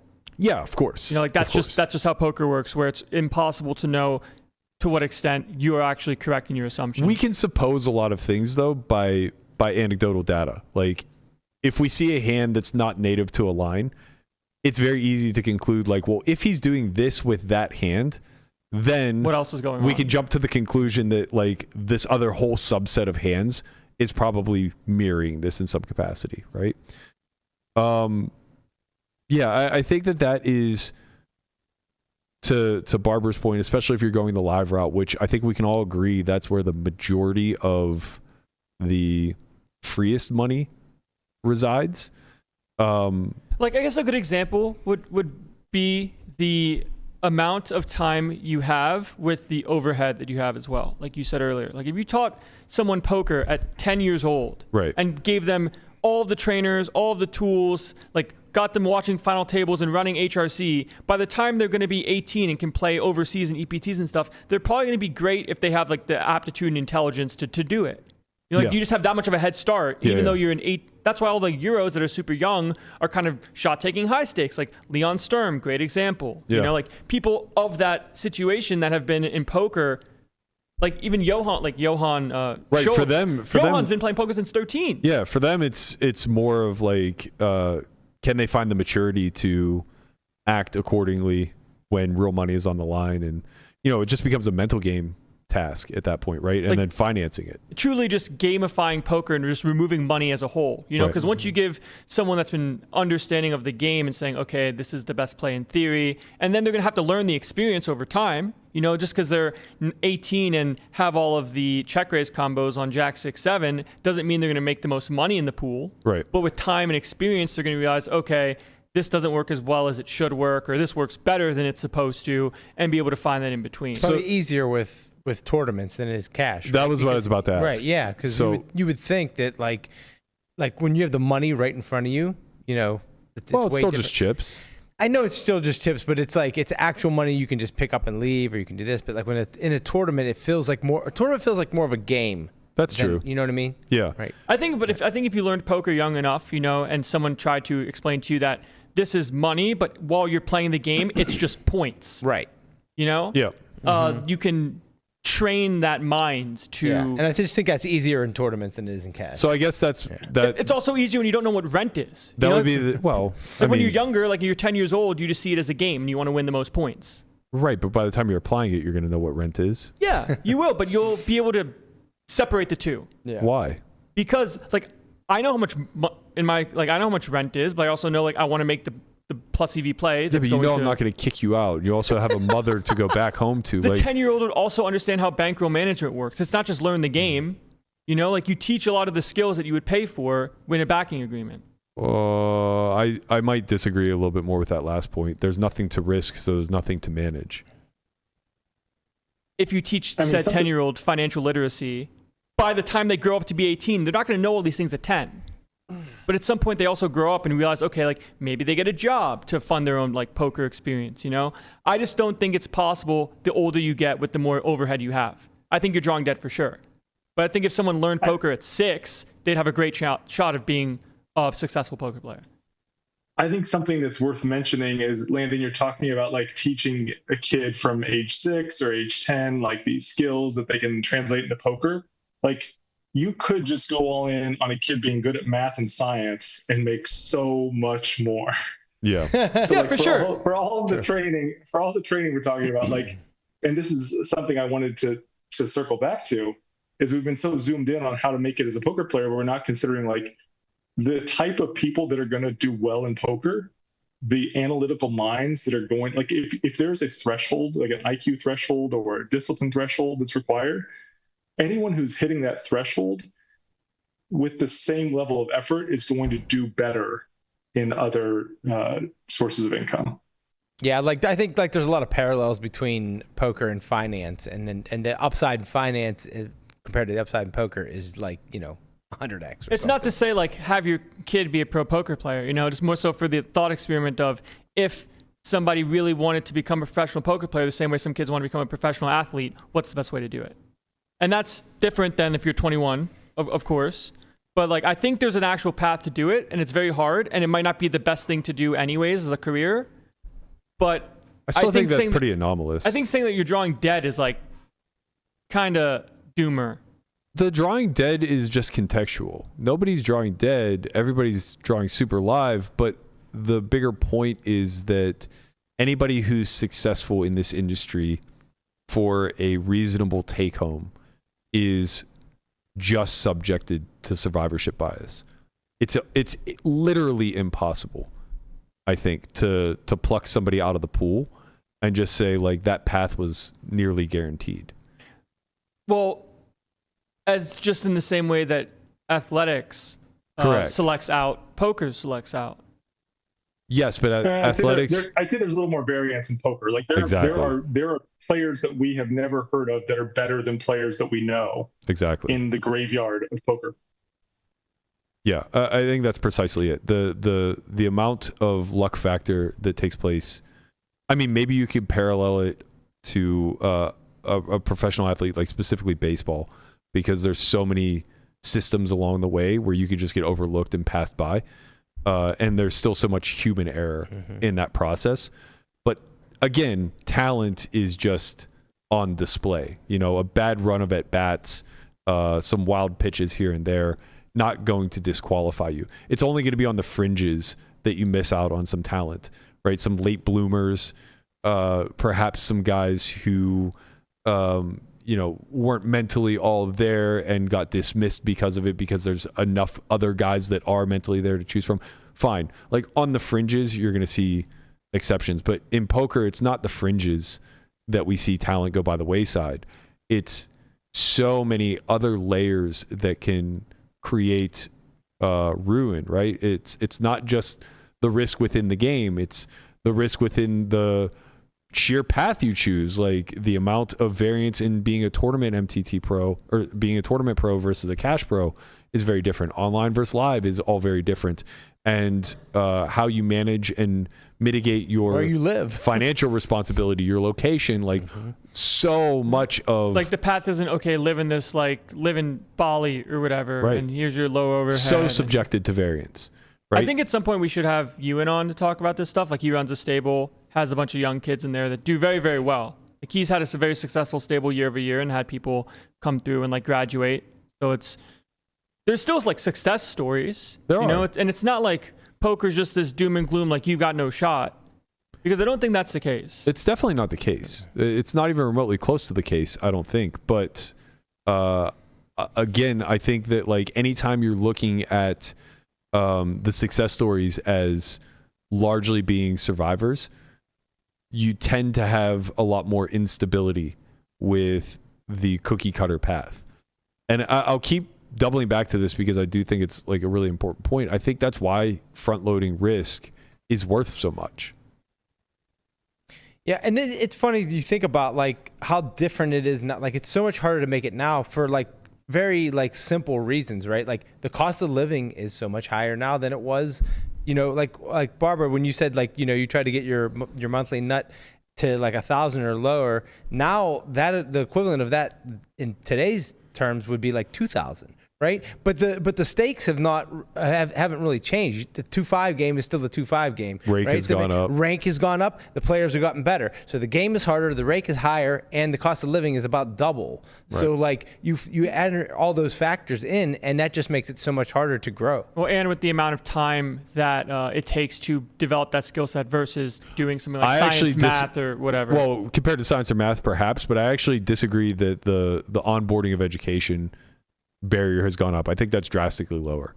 I think you can get good so much faster than you could when we were so much faster. If you like no-lifed poker, you could get very proficient solid within a year.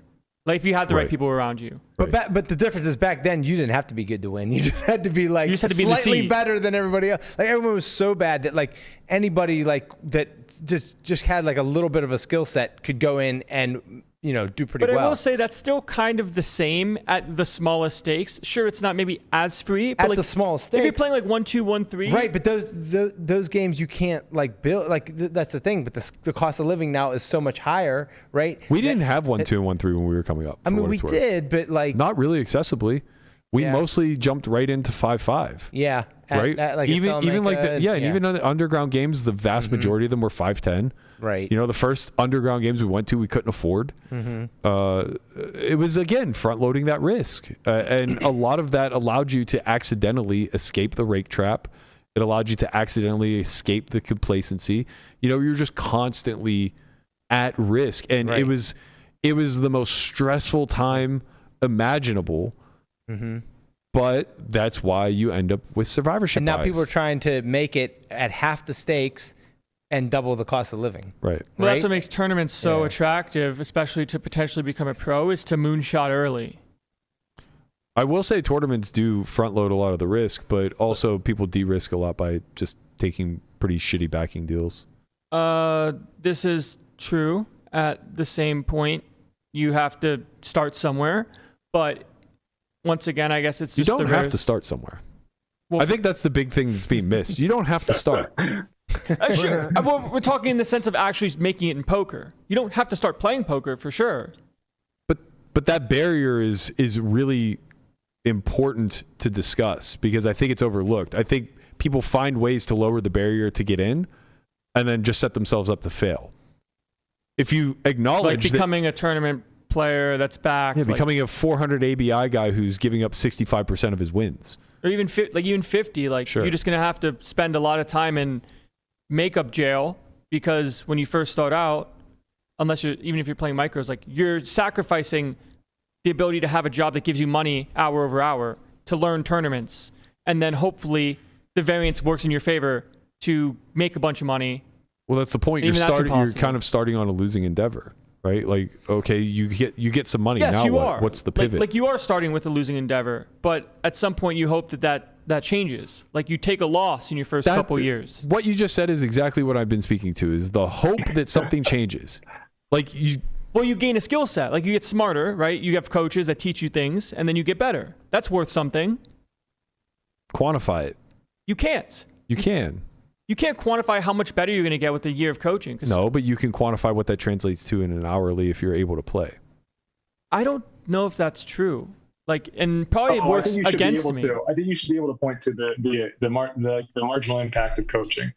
I think you should be able to say like, okay, my hourly has gone up like 3 BBs per hour or something like that.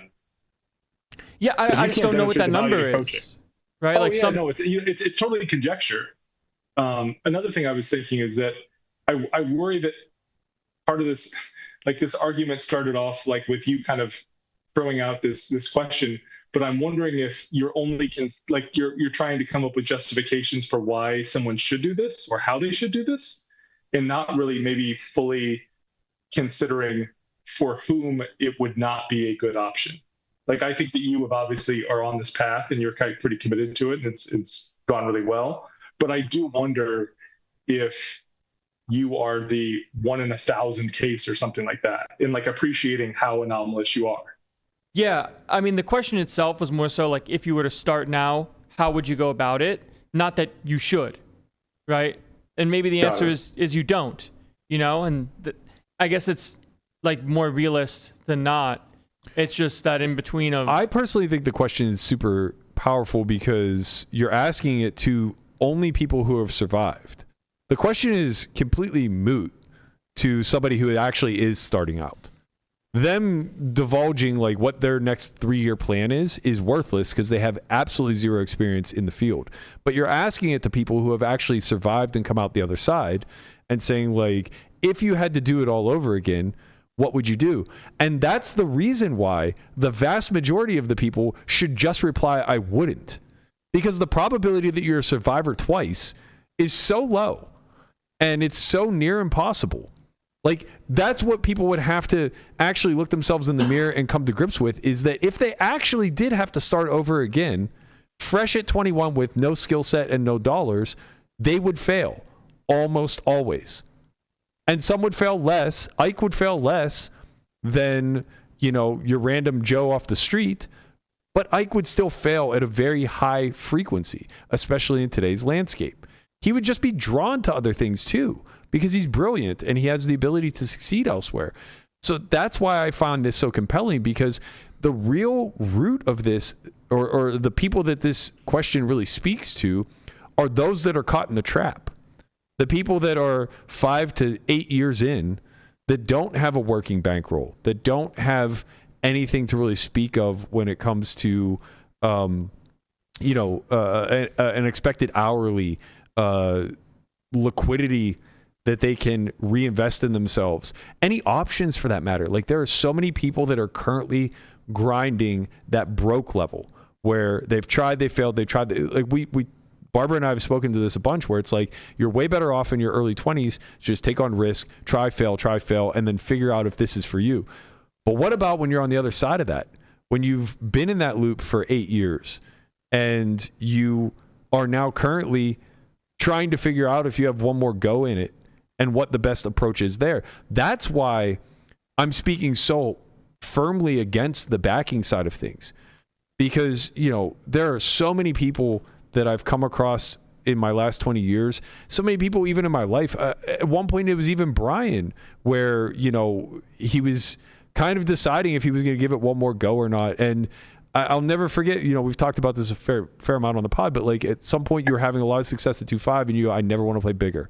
You were back to playing 2.5 right, and said, I never want to play bigger. Because I was just like, why would I want to like go play bigger and lose when I can I'm winning here, like, you know, like it. So once a tortoise, always a tortoise. But there was no consideration for win rate. There was no it was that just hopium of like this momentum will continue, and I'll just keep stacking up cash until I figure out what my next move is. Right. And the next move ultimately was just kind of like, you know what, this is recreation for me. Right. Yeah.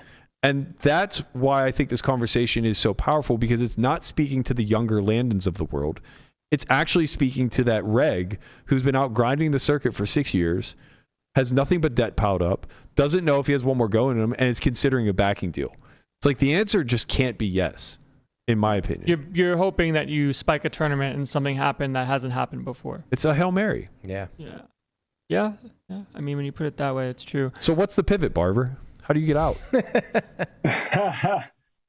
You know, I've spent a lot of time thinking about this, and I know I can speak to my path more than other paths, but I know, like, I've built enough of a network to be able to like refer anyone has particular interests. There's been a lot of people that have escaped poker over the years.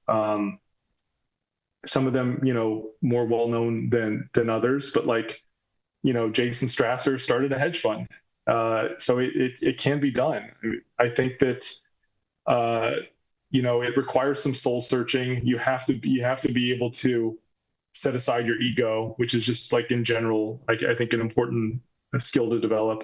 But put aside your ego, you know, realize that poker is not the end all be all, the path to achieving your dreams, and then trying to figure out what it is that you are interested in. So like I was playing poker like 50 hours a week from 2007 to 2012, and I was just kind of a little bored with it. And I spent like a lot of time and read a lot of books on like trying to find a path. And I realized that I really loved economics, and I decided that I wanted to go back to school and kind of just see if it was a good fit, you know. And I think I really like this phrase, run cheap experiments. So like if you have a variety of interests, try to find ways of experimenting to see if any of them have like income making potential. That and developing some skills, like useful skills. I think another thing that I've thought about in the context of transitioning from poker into a workplace is, instead of thinking I want to get a job that pays me X, it should be I want to develop skills that have a value of X in the marketplace. So I think that's a really important point to touch on, because I would imagine for most, the biggest hurdle to overcome is the potential. First of all, nobody's honest with themselves of what their actual hourly is or was within this game, but everybody understands what the potential hourly could be. And if your potential, at least in your own mind, was to make $250 an hour in poker, it's really fucking hard to enter the workforce at $35 an hour. And I imagine that hurdle becomes incredibly or increasingly more difficult, to the point where people are willing to just go tens of thousands of dollars into debt to avoid that ultimate reality that they're going to have to face anyway. Yeah, I mean, I think this is why there's two factors at play here. One is, if you play cash, you have to have good record keeping. And you have to be honest with yourself about your hourly, and hopefully, you know, you don't experience variance that distorts your perspective. But I think that this is one of the reasons that tournament players, like tournament pros, stick around the ecosystem for so long is because, I mean, good luck trying to figure out what your ROI is or your, expected earn is at a given year for a given level of volume. And you can always convince yourself that like you're running bad. You can convince yourself you're running bad for years. That's a and huge, that might be the case. Yeah. It's true. Like it's so like the more that Matt brings up the point that you're probably like not doomer but realistic, you're just like kind of drawing dead. You can your ROI can be 40-50%, and you can legitimately have year-long runs playing live where you're just losing every day and you're actually just a great poker player that's running very bad, but that might make you want to quit for good reason because you have life to live. And it's hard to kind of find that in between of I'm actually good at this and I'm like kind of almost EV do, like it could be the other way too, right? Where you could be just a losing player, but you're running good enough to just maybe be slightly breaking even or a little higher. So you think that like, oh, maybe I'm like, I can do this. And you waste a couple years of your life. You have an infinite amount of money. Like you just sun run so hard, have 7 figures and think, of course I'm good at poker. This was always going to work out for me. And then you'll play the highest stakes. And that will like bring you down. But like even if you played the same stakes, you now have so much money that you can never go broke again if you like play the same stuff you're playing before. Like you just outrun that variance. Yeah. And it's man, this has become more introspective than it was supposed to. This has become much. This wasn't supposed to happen. The question was just, man, like if you're 21, like how would you do it? And it's like, well, like you can do all the right things, and you're still just going to be like 28 and sad, maybe. Now we're getting somewhere. Yeah, we're getting sad, is what we're getting. So you find striped shirts, you start wearing them. I've just thought for a long time that the poker community, by and large, I mean, I thought when I was, an active member of 2+2. That this was the smartest collection of people that had ever been assembled on the internet. And I still do think that like 2+2 at its peak was just so fucking brilliant. And I thought, man, if we could somehow take this like group of brilliant people and actually have them doing something useful in the world, like it could be world changing. And I still think that poker players, like the ones that have had demonstrated success at some point in time, if they were given the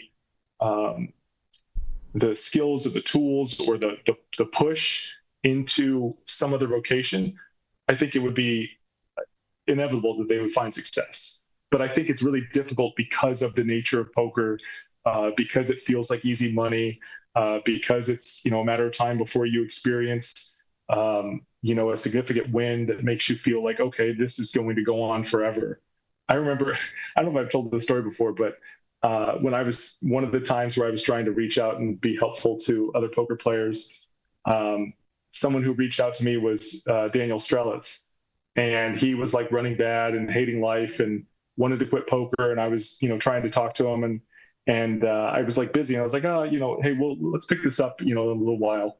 And then I believe he went on to win LAPC Main. He fucking LAPC busted Main, like me 7th. This idiot. So he wins that tournament. Fucking Deoxy. It's been a meme for like 8 years. Fucking Deoxy. I flopped the nuts with 7 left, and he put it in with the flush draw. And man, maybe the way is just you spend a year, you get some coaching, get backing, stay anonymous, don't be a part of the community, hope to find somebody, get really good, start getting backed, find high stakes poker, get into private games and do it that way. Maybe that's the way.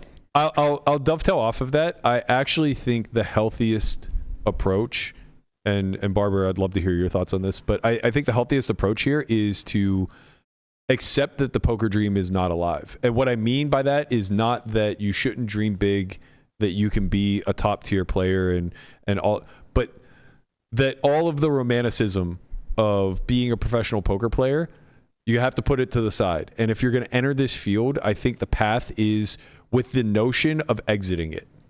So it's building up enough velocity to get out and move on to bigger and better things. Not to say that the poker community should be like used, because I think that leads to a lot of bad actors who just come in and try to exploit for the max and then get the fuck out. But more so that it's a springboard, because the game itself and the thought process that goes into it is so I mean, it's just so monumental to developing a battle-tested human that's capable of problem solving in the real world that I wouldn't recommend really any other path to anybody who has interest in being risk on and learning a lot about themselves in the world. But it's so capped at what your ultimate, I guess, takeaway could be. And there's so much below that cap. There are so many people that are going to, you know, run below EV or that are just never going to realize what they had framed out as success in their mind. So I think as long as like you have exits on the highway at every little milestone that you know, basically the idea is to take a lot of upfront risk and then de-risk as you go on throughout your career, and then just move to bigger and brighter things. Like, you know, kind of what Andrew was saying, if that were the framework through which people entered and exited poker, I think you would see like profound impact worldwide by former poker players. I mean, in your case, at least. Really like go for it. Oh, no, you're good. I was going to say, I really like this idea. I never thought of this before, but I actually think that you should pre-commit to when you're going to leave. Like, you should have certain criteria. Like, if I experience this size, you know, this big a downswing, or if I'm dreading playing 3 sessions in a row, like I just do not want to play 3 sessions in a row. If you have a set of criteria that once met, it's like, all right, I'm done.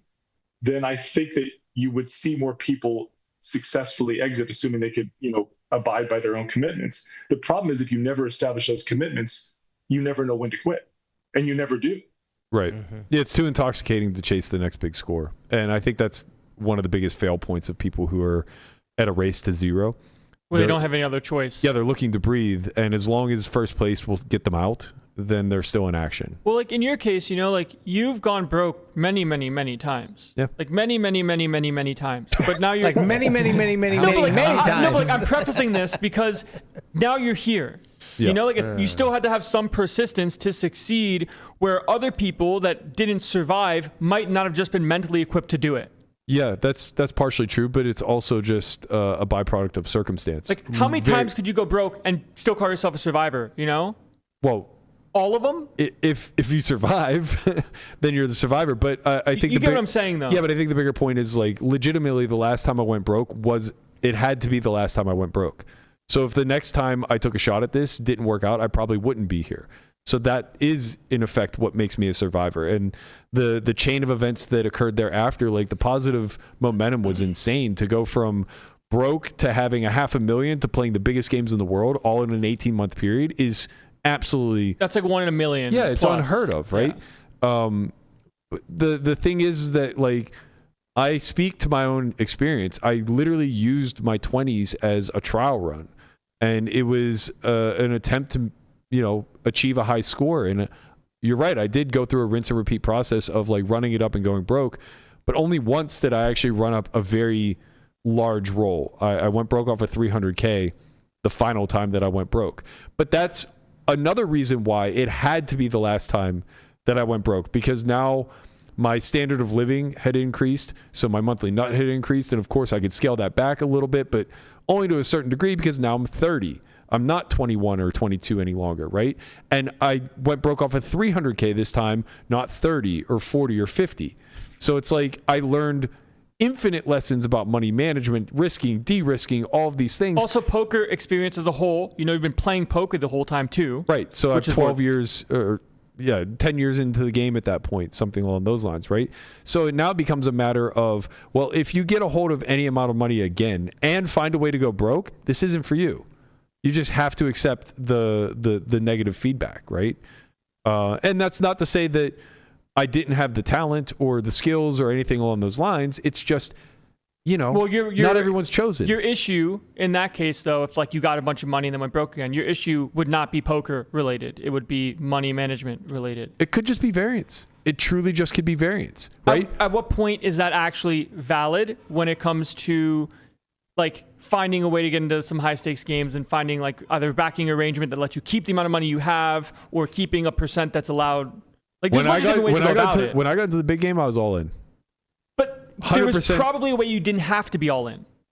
I wasn't 100% at risk, but all of my money was invested in the big game. Right. I'm saying. So I was only 20. My money was insured, basically, right? I I'm getting $4 for every dollar that I put up, which is comforting. So I have a functioning roll. I'm not sitting with 500K and 100K buy-in game.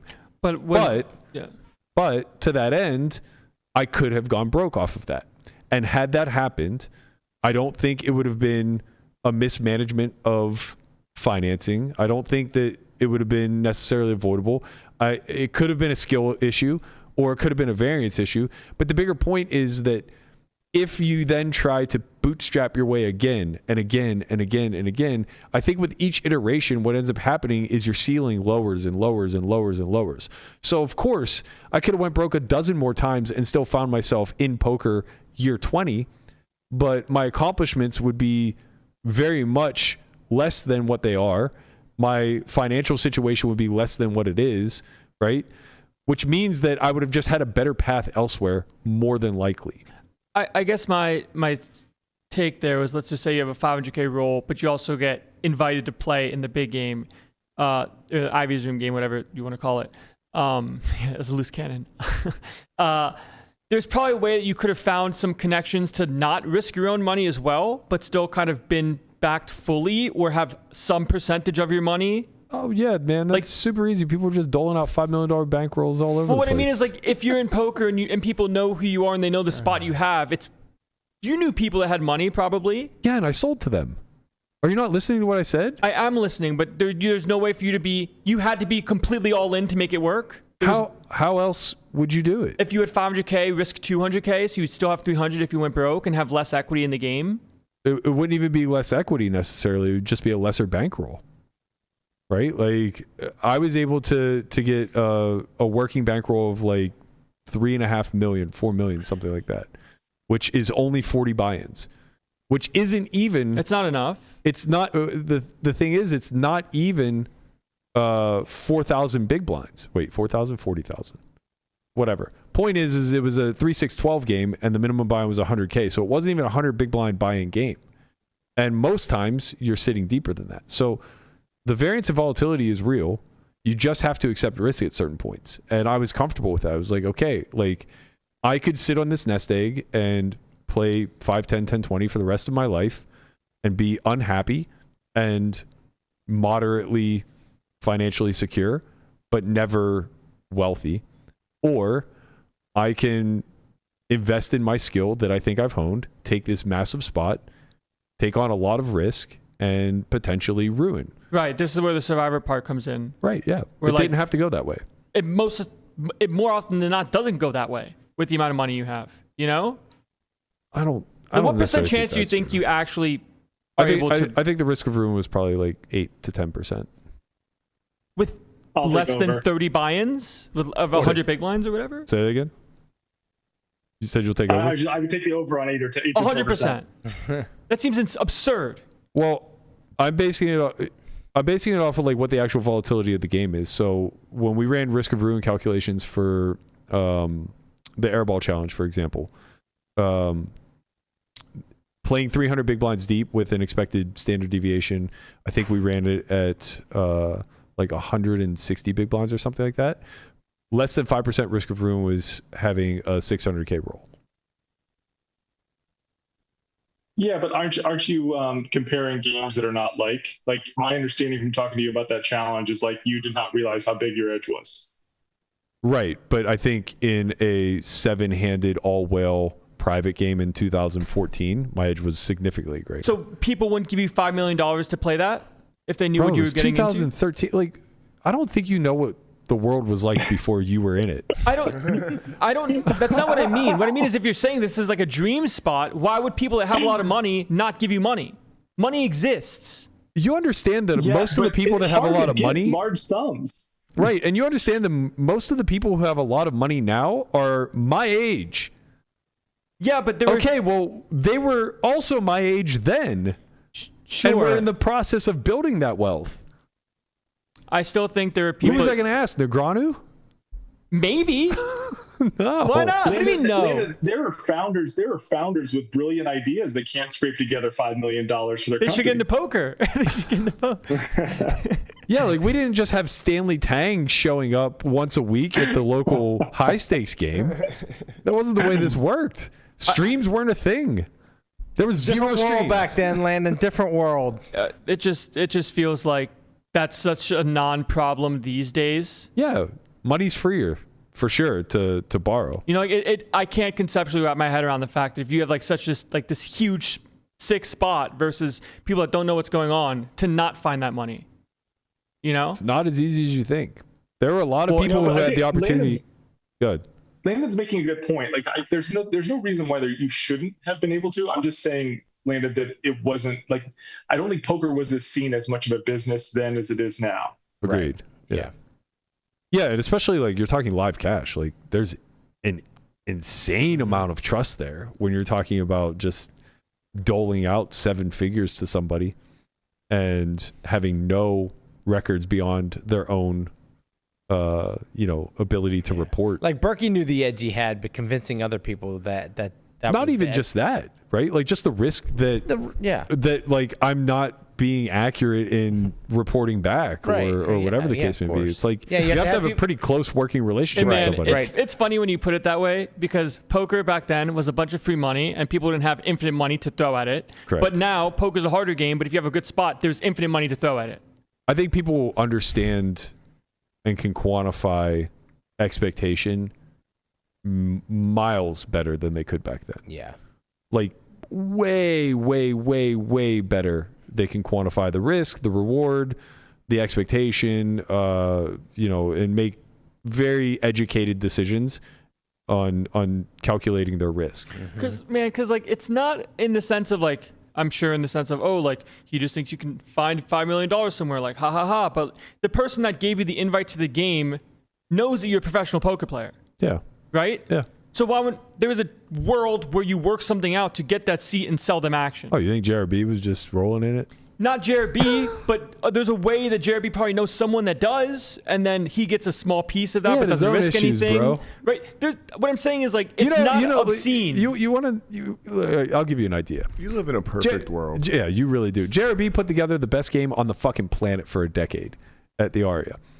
Every day, 5 days a week, on average, I would say we're playing 300, 600, 1200, and on average, I would say that there are 6 businessmen in the game.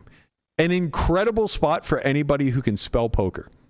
There was a 4-month stretch where he would put the game together, come in, and sit on the chair and watch us fucking play for 8 to 10 hours because he could not get in action.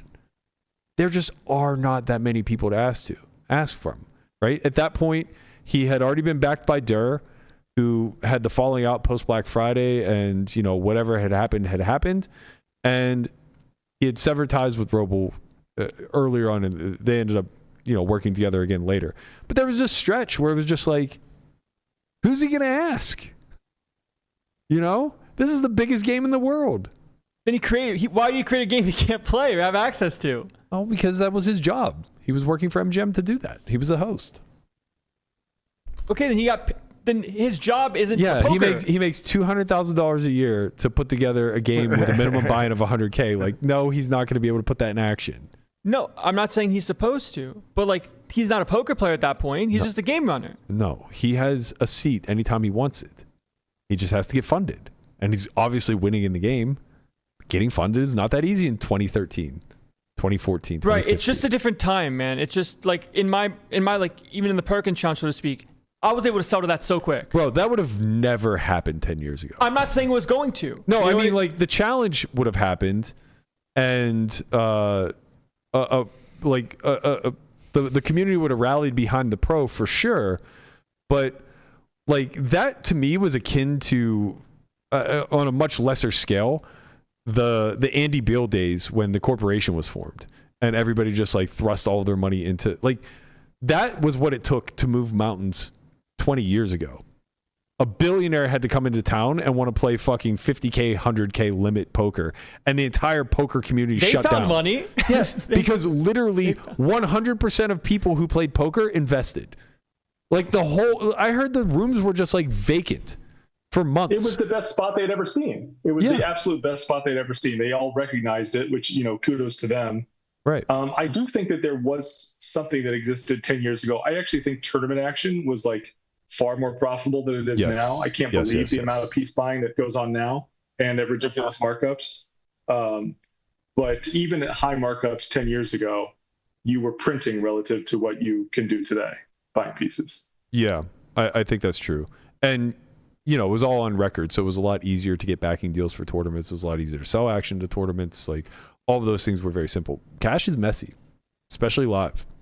Online cash was a thing. People would monitor balances, and you would always have the guy who went rogue and sat at fucking 1025 PLO late at night drunk and dusted off his account and owed his backers a bunch of money thereafter. But generally, there was a record there and they could manage it. But live cash, especially when you're talking nosebleeds, your network has to be fucking dialed. Back then, now I agree with you. Now, if that game popped up, like, look, I'm a text message away from selling out $1 million match. Like, more than that, if you issue. wanted to. Like, if you were to play Airball for $10 Could have million. been a $10 million match. I could have sold it out without any hesitation. Right. So in my brain, from what I've seen, how was that so absurd 10 years ago? But you had to be there. Because the people I'm selling to now are well out of poker, into business, running, 9-figure hedges and shit like that. Whereas 10 years ago, they were grinding 1025 alongside me. It's like, that's the difference. And there was no generation before us that we could lean on. I didn't have Daniel's number in 2013. Doyle or Ivy. And even if I did, they probably were either way less liquid than we would have assumed, which is almost always the case, or they wouldn't have given a shit. They would have just wanted the spot themselves. Yeah. Yeah. All right. I've enjoyed myself. How about you, Andrew? Always. Sorry, usually Leandon's not this chatty, and I have to lean on you a little bit more, but he's fired up about this one. I'm not. I'm realizing that poker's hard. Don't play poker. Do something else. But if you really want to try, you will probably fail. And if you're okay with that, good luck. But that's it. That's all I got for you. Good night, everyone. Welcome to the 620th episode of the Only Friends podcast. I think that something Matt and I agree on is that there's lessons in the failing. Like, I think that, and this is like, I think why there's so much value in sports or just doing hard shit in general, is that there's lessons in, shaking the dirt off and licking your wounds that you just can't get from other experiences or other domains. And so, like, that's an argument in favor of giving poker a try. But I think that it's silly to run your head into a wall repeatedly for years and years and years without having an exit strategy. Yeah, I'm not on the side of don't play poker, the dream is dead, yada, yada, yada. I mean, maybe the dream is dead, but I'm not on the side of, like, you can't make it. I'm more on the side of, like, we should be doing a way better job of tempering expectation. Like, you're not going to be... Well, I mean, you're saying 1 in 1,000. You're dead, bro. 1 in 1,000 become a multimillionaire. Yeah. But like maybe 1 in 100 make a sustainable living. But once again, you're telling somebody that has nothing, you have a 1% chance to have $100K a year versus doing something else so they can, if they have the same skill set to succeed in poker, they can succeed somewhere else. Yeah, but the 99% that don't make $100K a year will make varying amounts of money, all the way from negative to positive, and they'll acquire an incredible lifelong set of skills. So when you're talking about a 21-year-old, it's like, guess what? You're not going to make $100,000. Like, in the next 9 years, you're not going to make $100,000 a year doing almost anything. So if you are 1% in this field, you're probably also 1% in a bunch of other fields. And getting a slightly late start in becoming a doctor or a lawyer or, a million other fields probably isn't that big of a deal. But again, to a degree, it's hard to know if someone's actually a 1%er or a survivor. Because they're always going to be survivors, right? Well, I think that's what qualifies it as being a 1%er or a 0.1%er. As in maybe 10 out of the 100 to make it. Call it survivor, call it outliers, call it what you will. But the point is like when you look at the bell curve distribution, they're in the 99th percentile. Not when it comes to the amount of money they've made, just like who they are in aptitude of poker. No. Like it's hard, No, there's no one-to-one there. The 99th percentile is the ones that have demonstrated the most survivorship bias. Like they've just made it. Right? Like I'm not in the 99, right? Yeah, for sure. There's obviously a skill set, but it's like I'm not in the 99th percentile of ability. But I might be in the 99th percentile of like earn. Well, this is what I was talking about when it comes to finding in poker, like different skill sets of like what you are percentile wise when it comes to talent, ability, bankroll management, mental game. Like there's a bunch of different things that equate you cumulatively to being a 1%er. Right, but all they do is give you a slightly better or worse shot at it. Yeah, so how can you know you can be a doctor? You don't. There's less variance is the simple answer. Like, you know, if you have an aptitude for it. Anyone who wants to be a doctor and is a good poker player can be a doctor. I feel comfortable saying that. Yeah. Right, because it's just like there's a minimum aptitude necessary, and most people who are successful in this realm are going to meet that aptitude. Are they going to be the best doctor? Are they going to be a top 1% doctor? Probably not. Right? That's probably going to be for somebody who dedicated their life to the craft.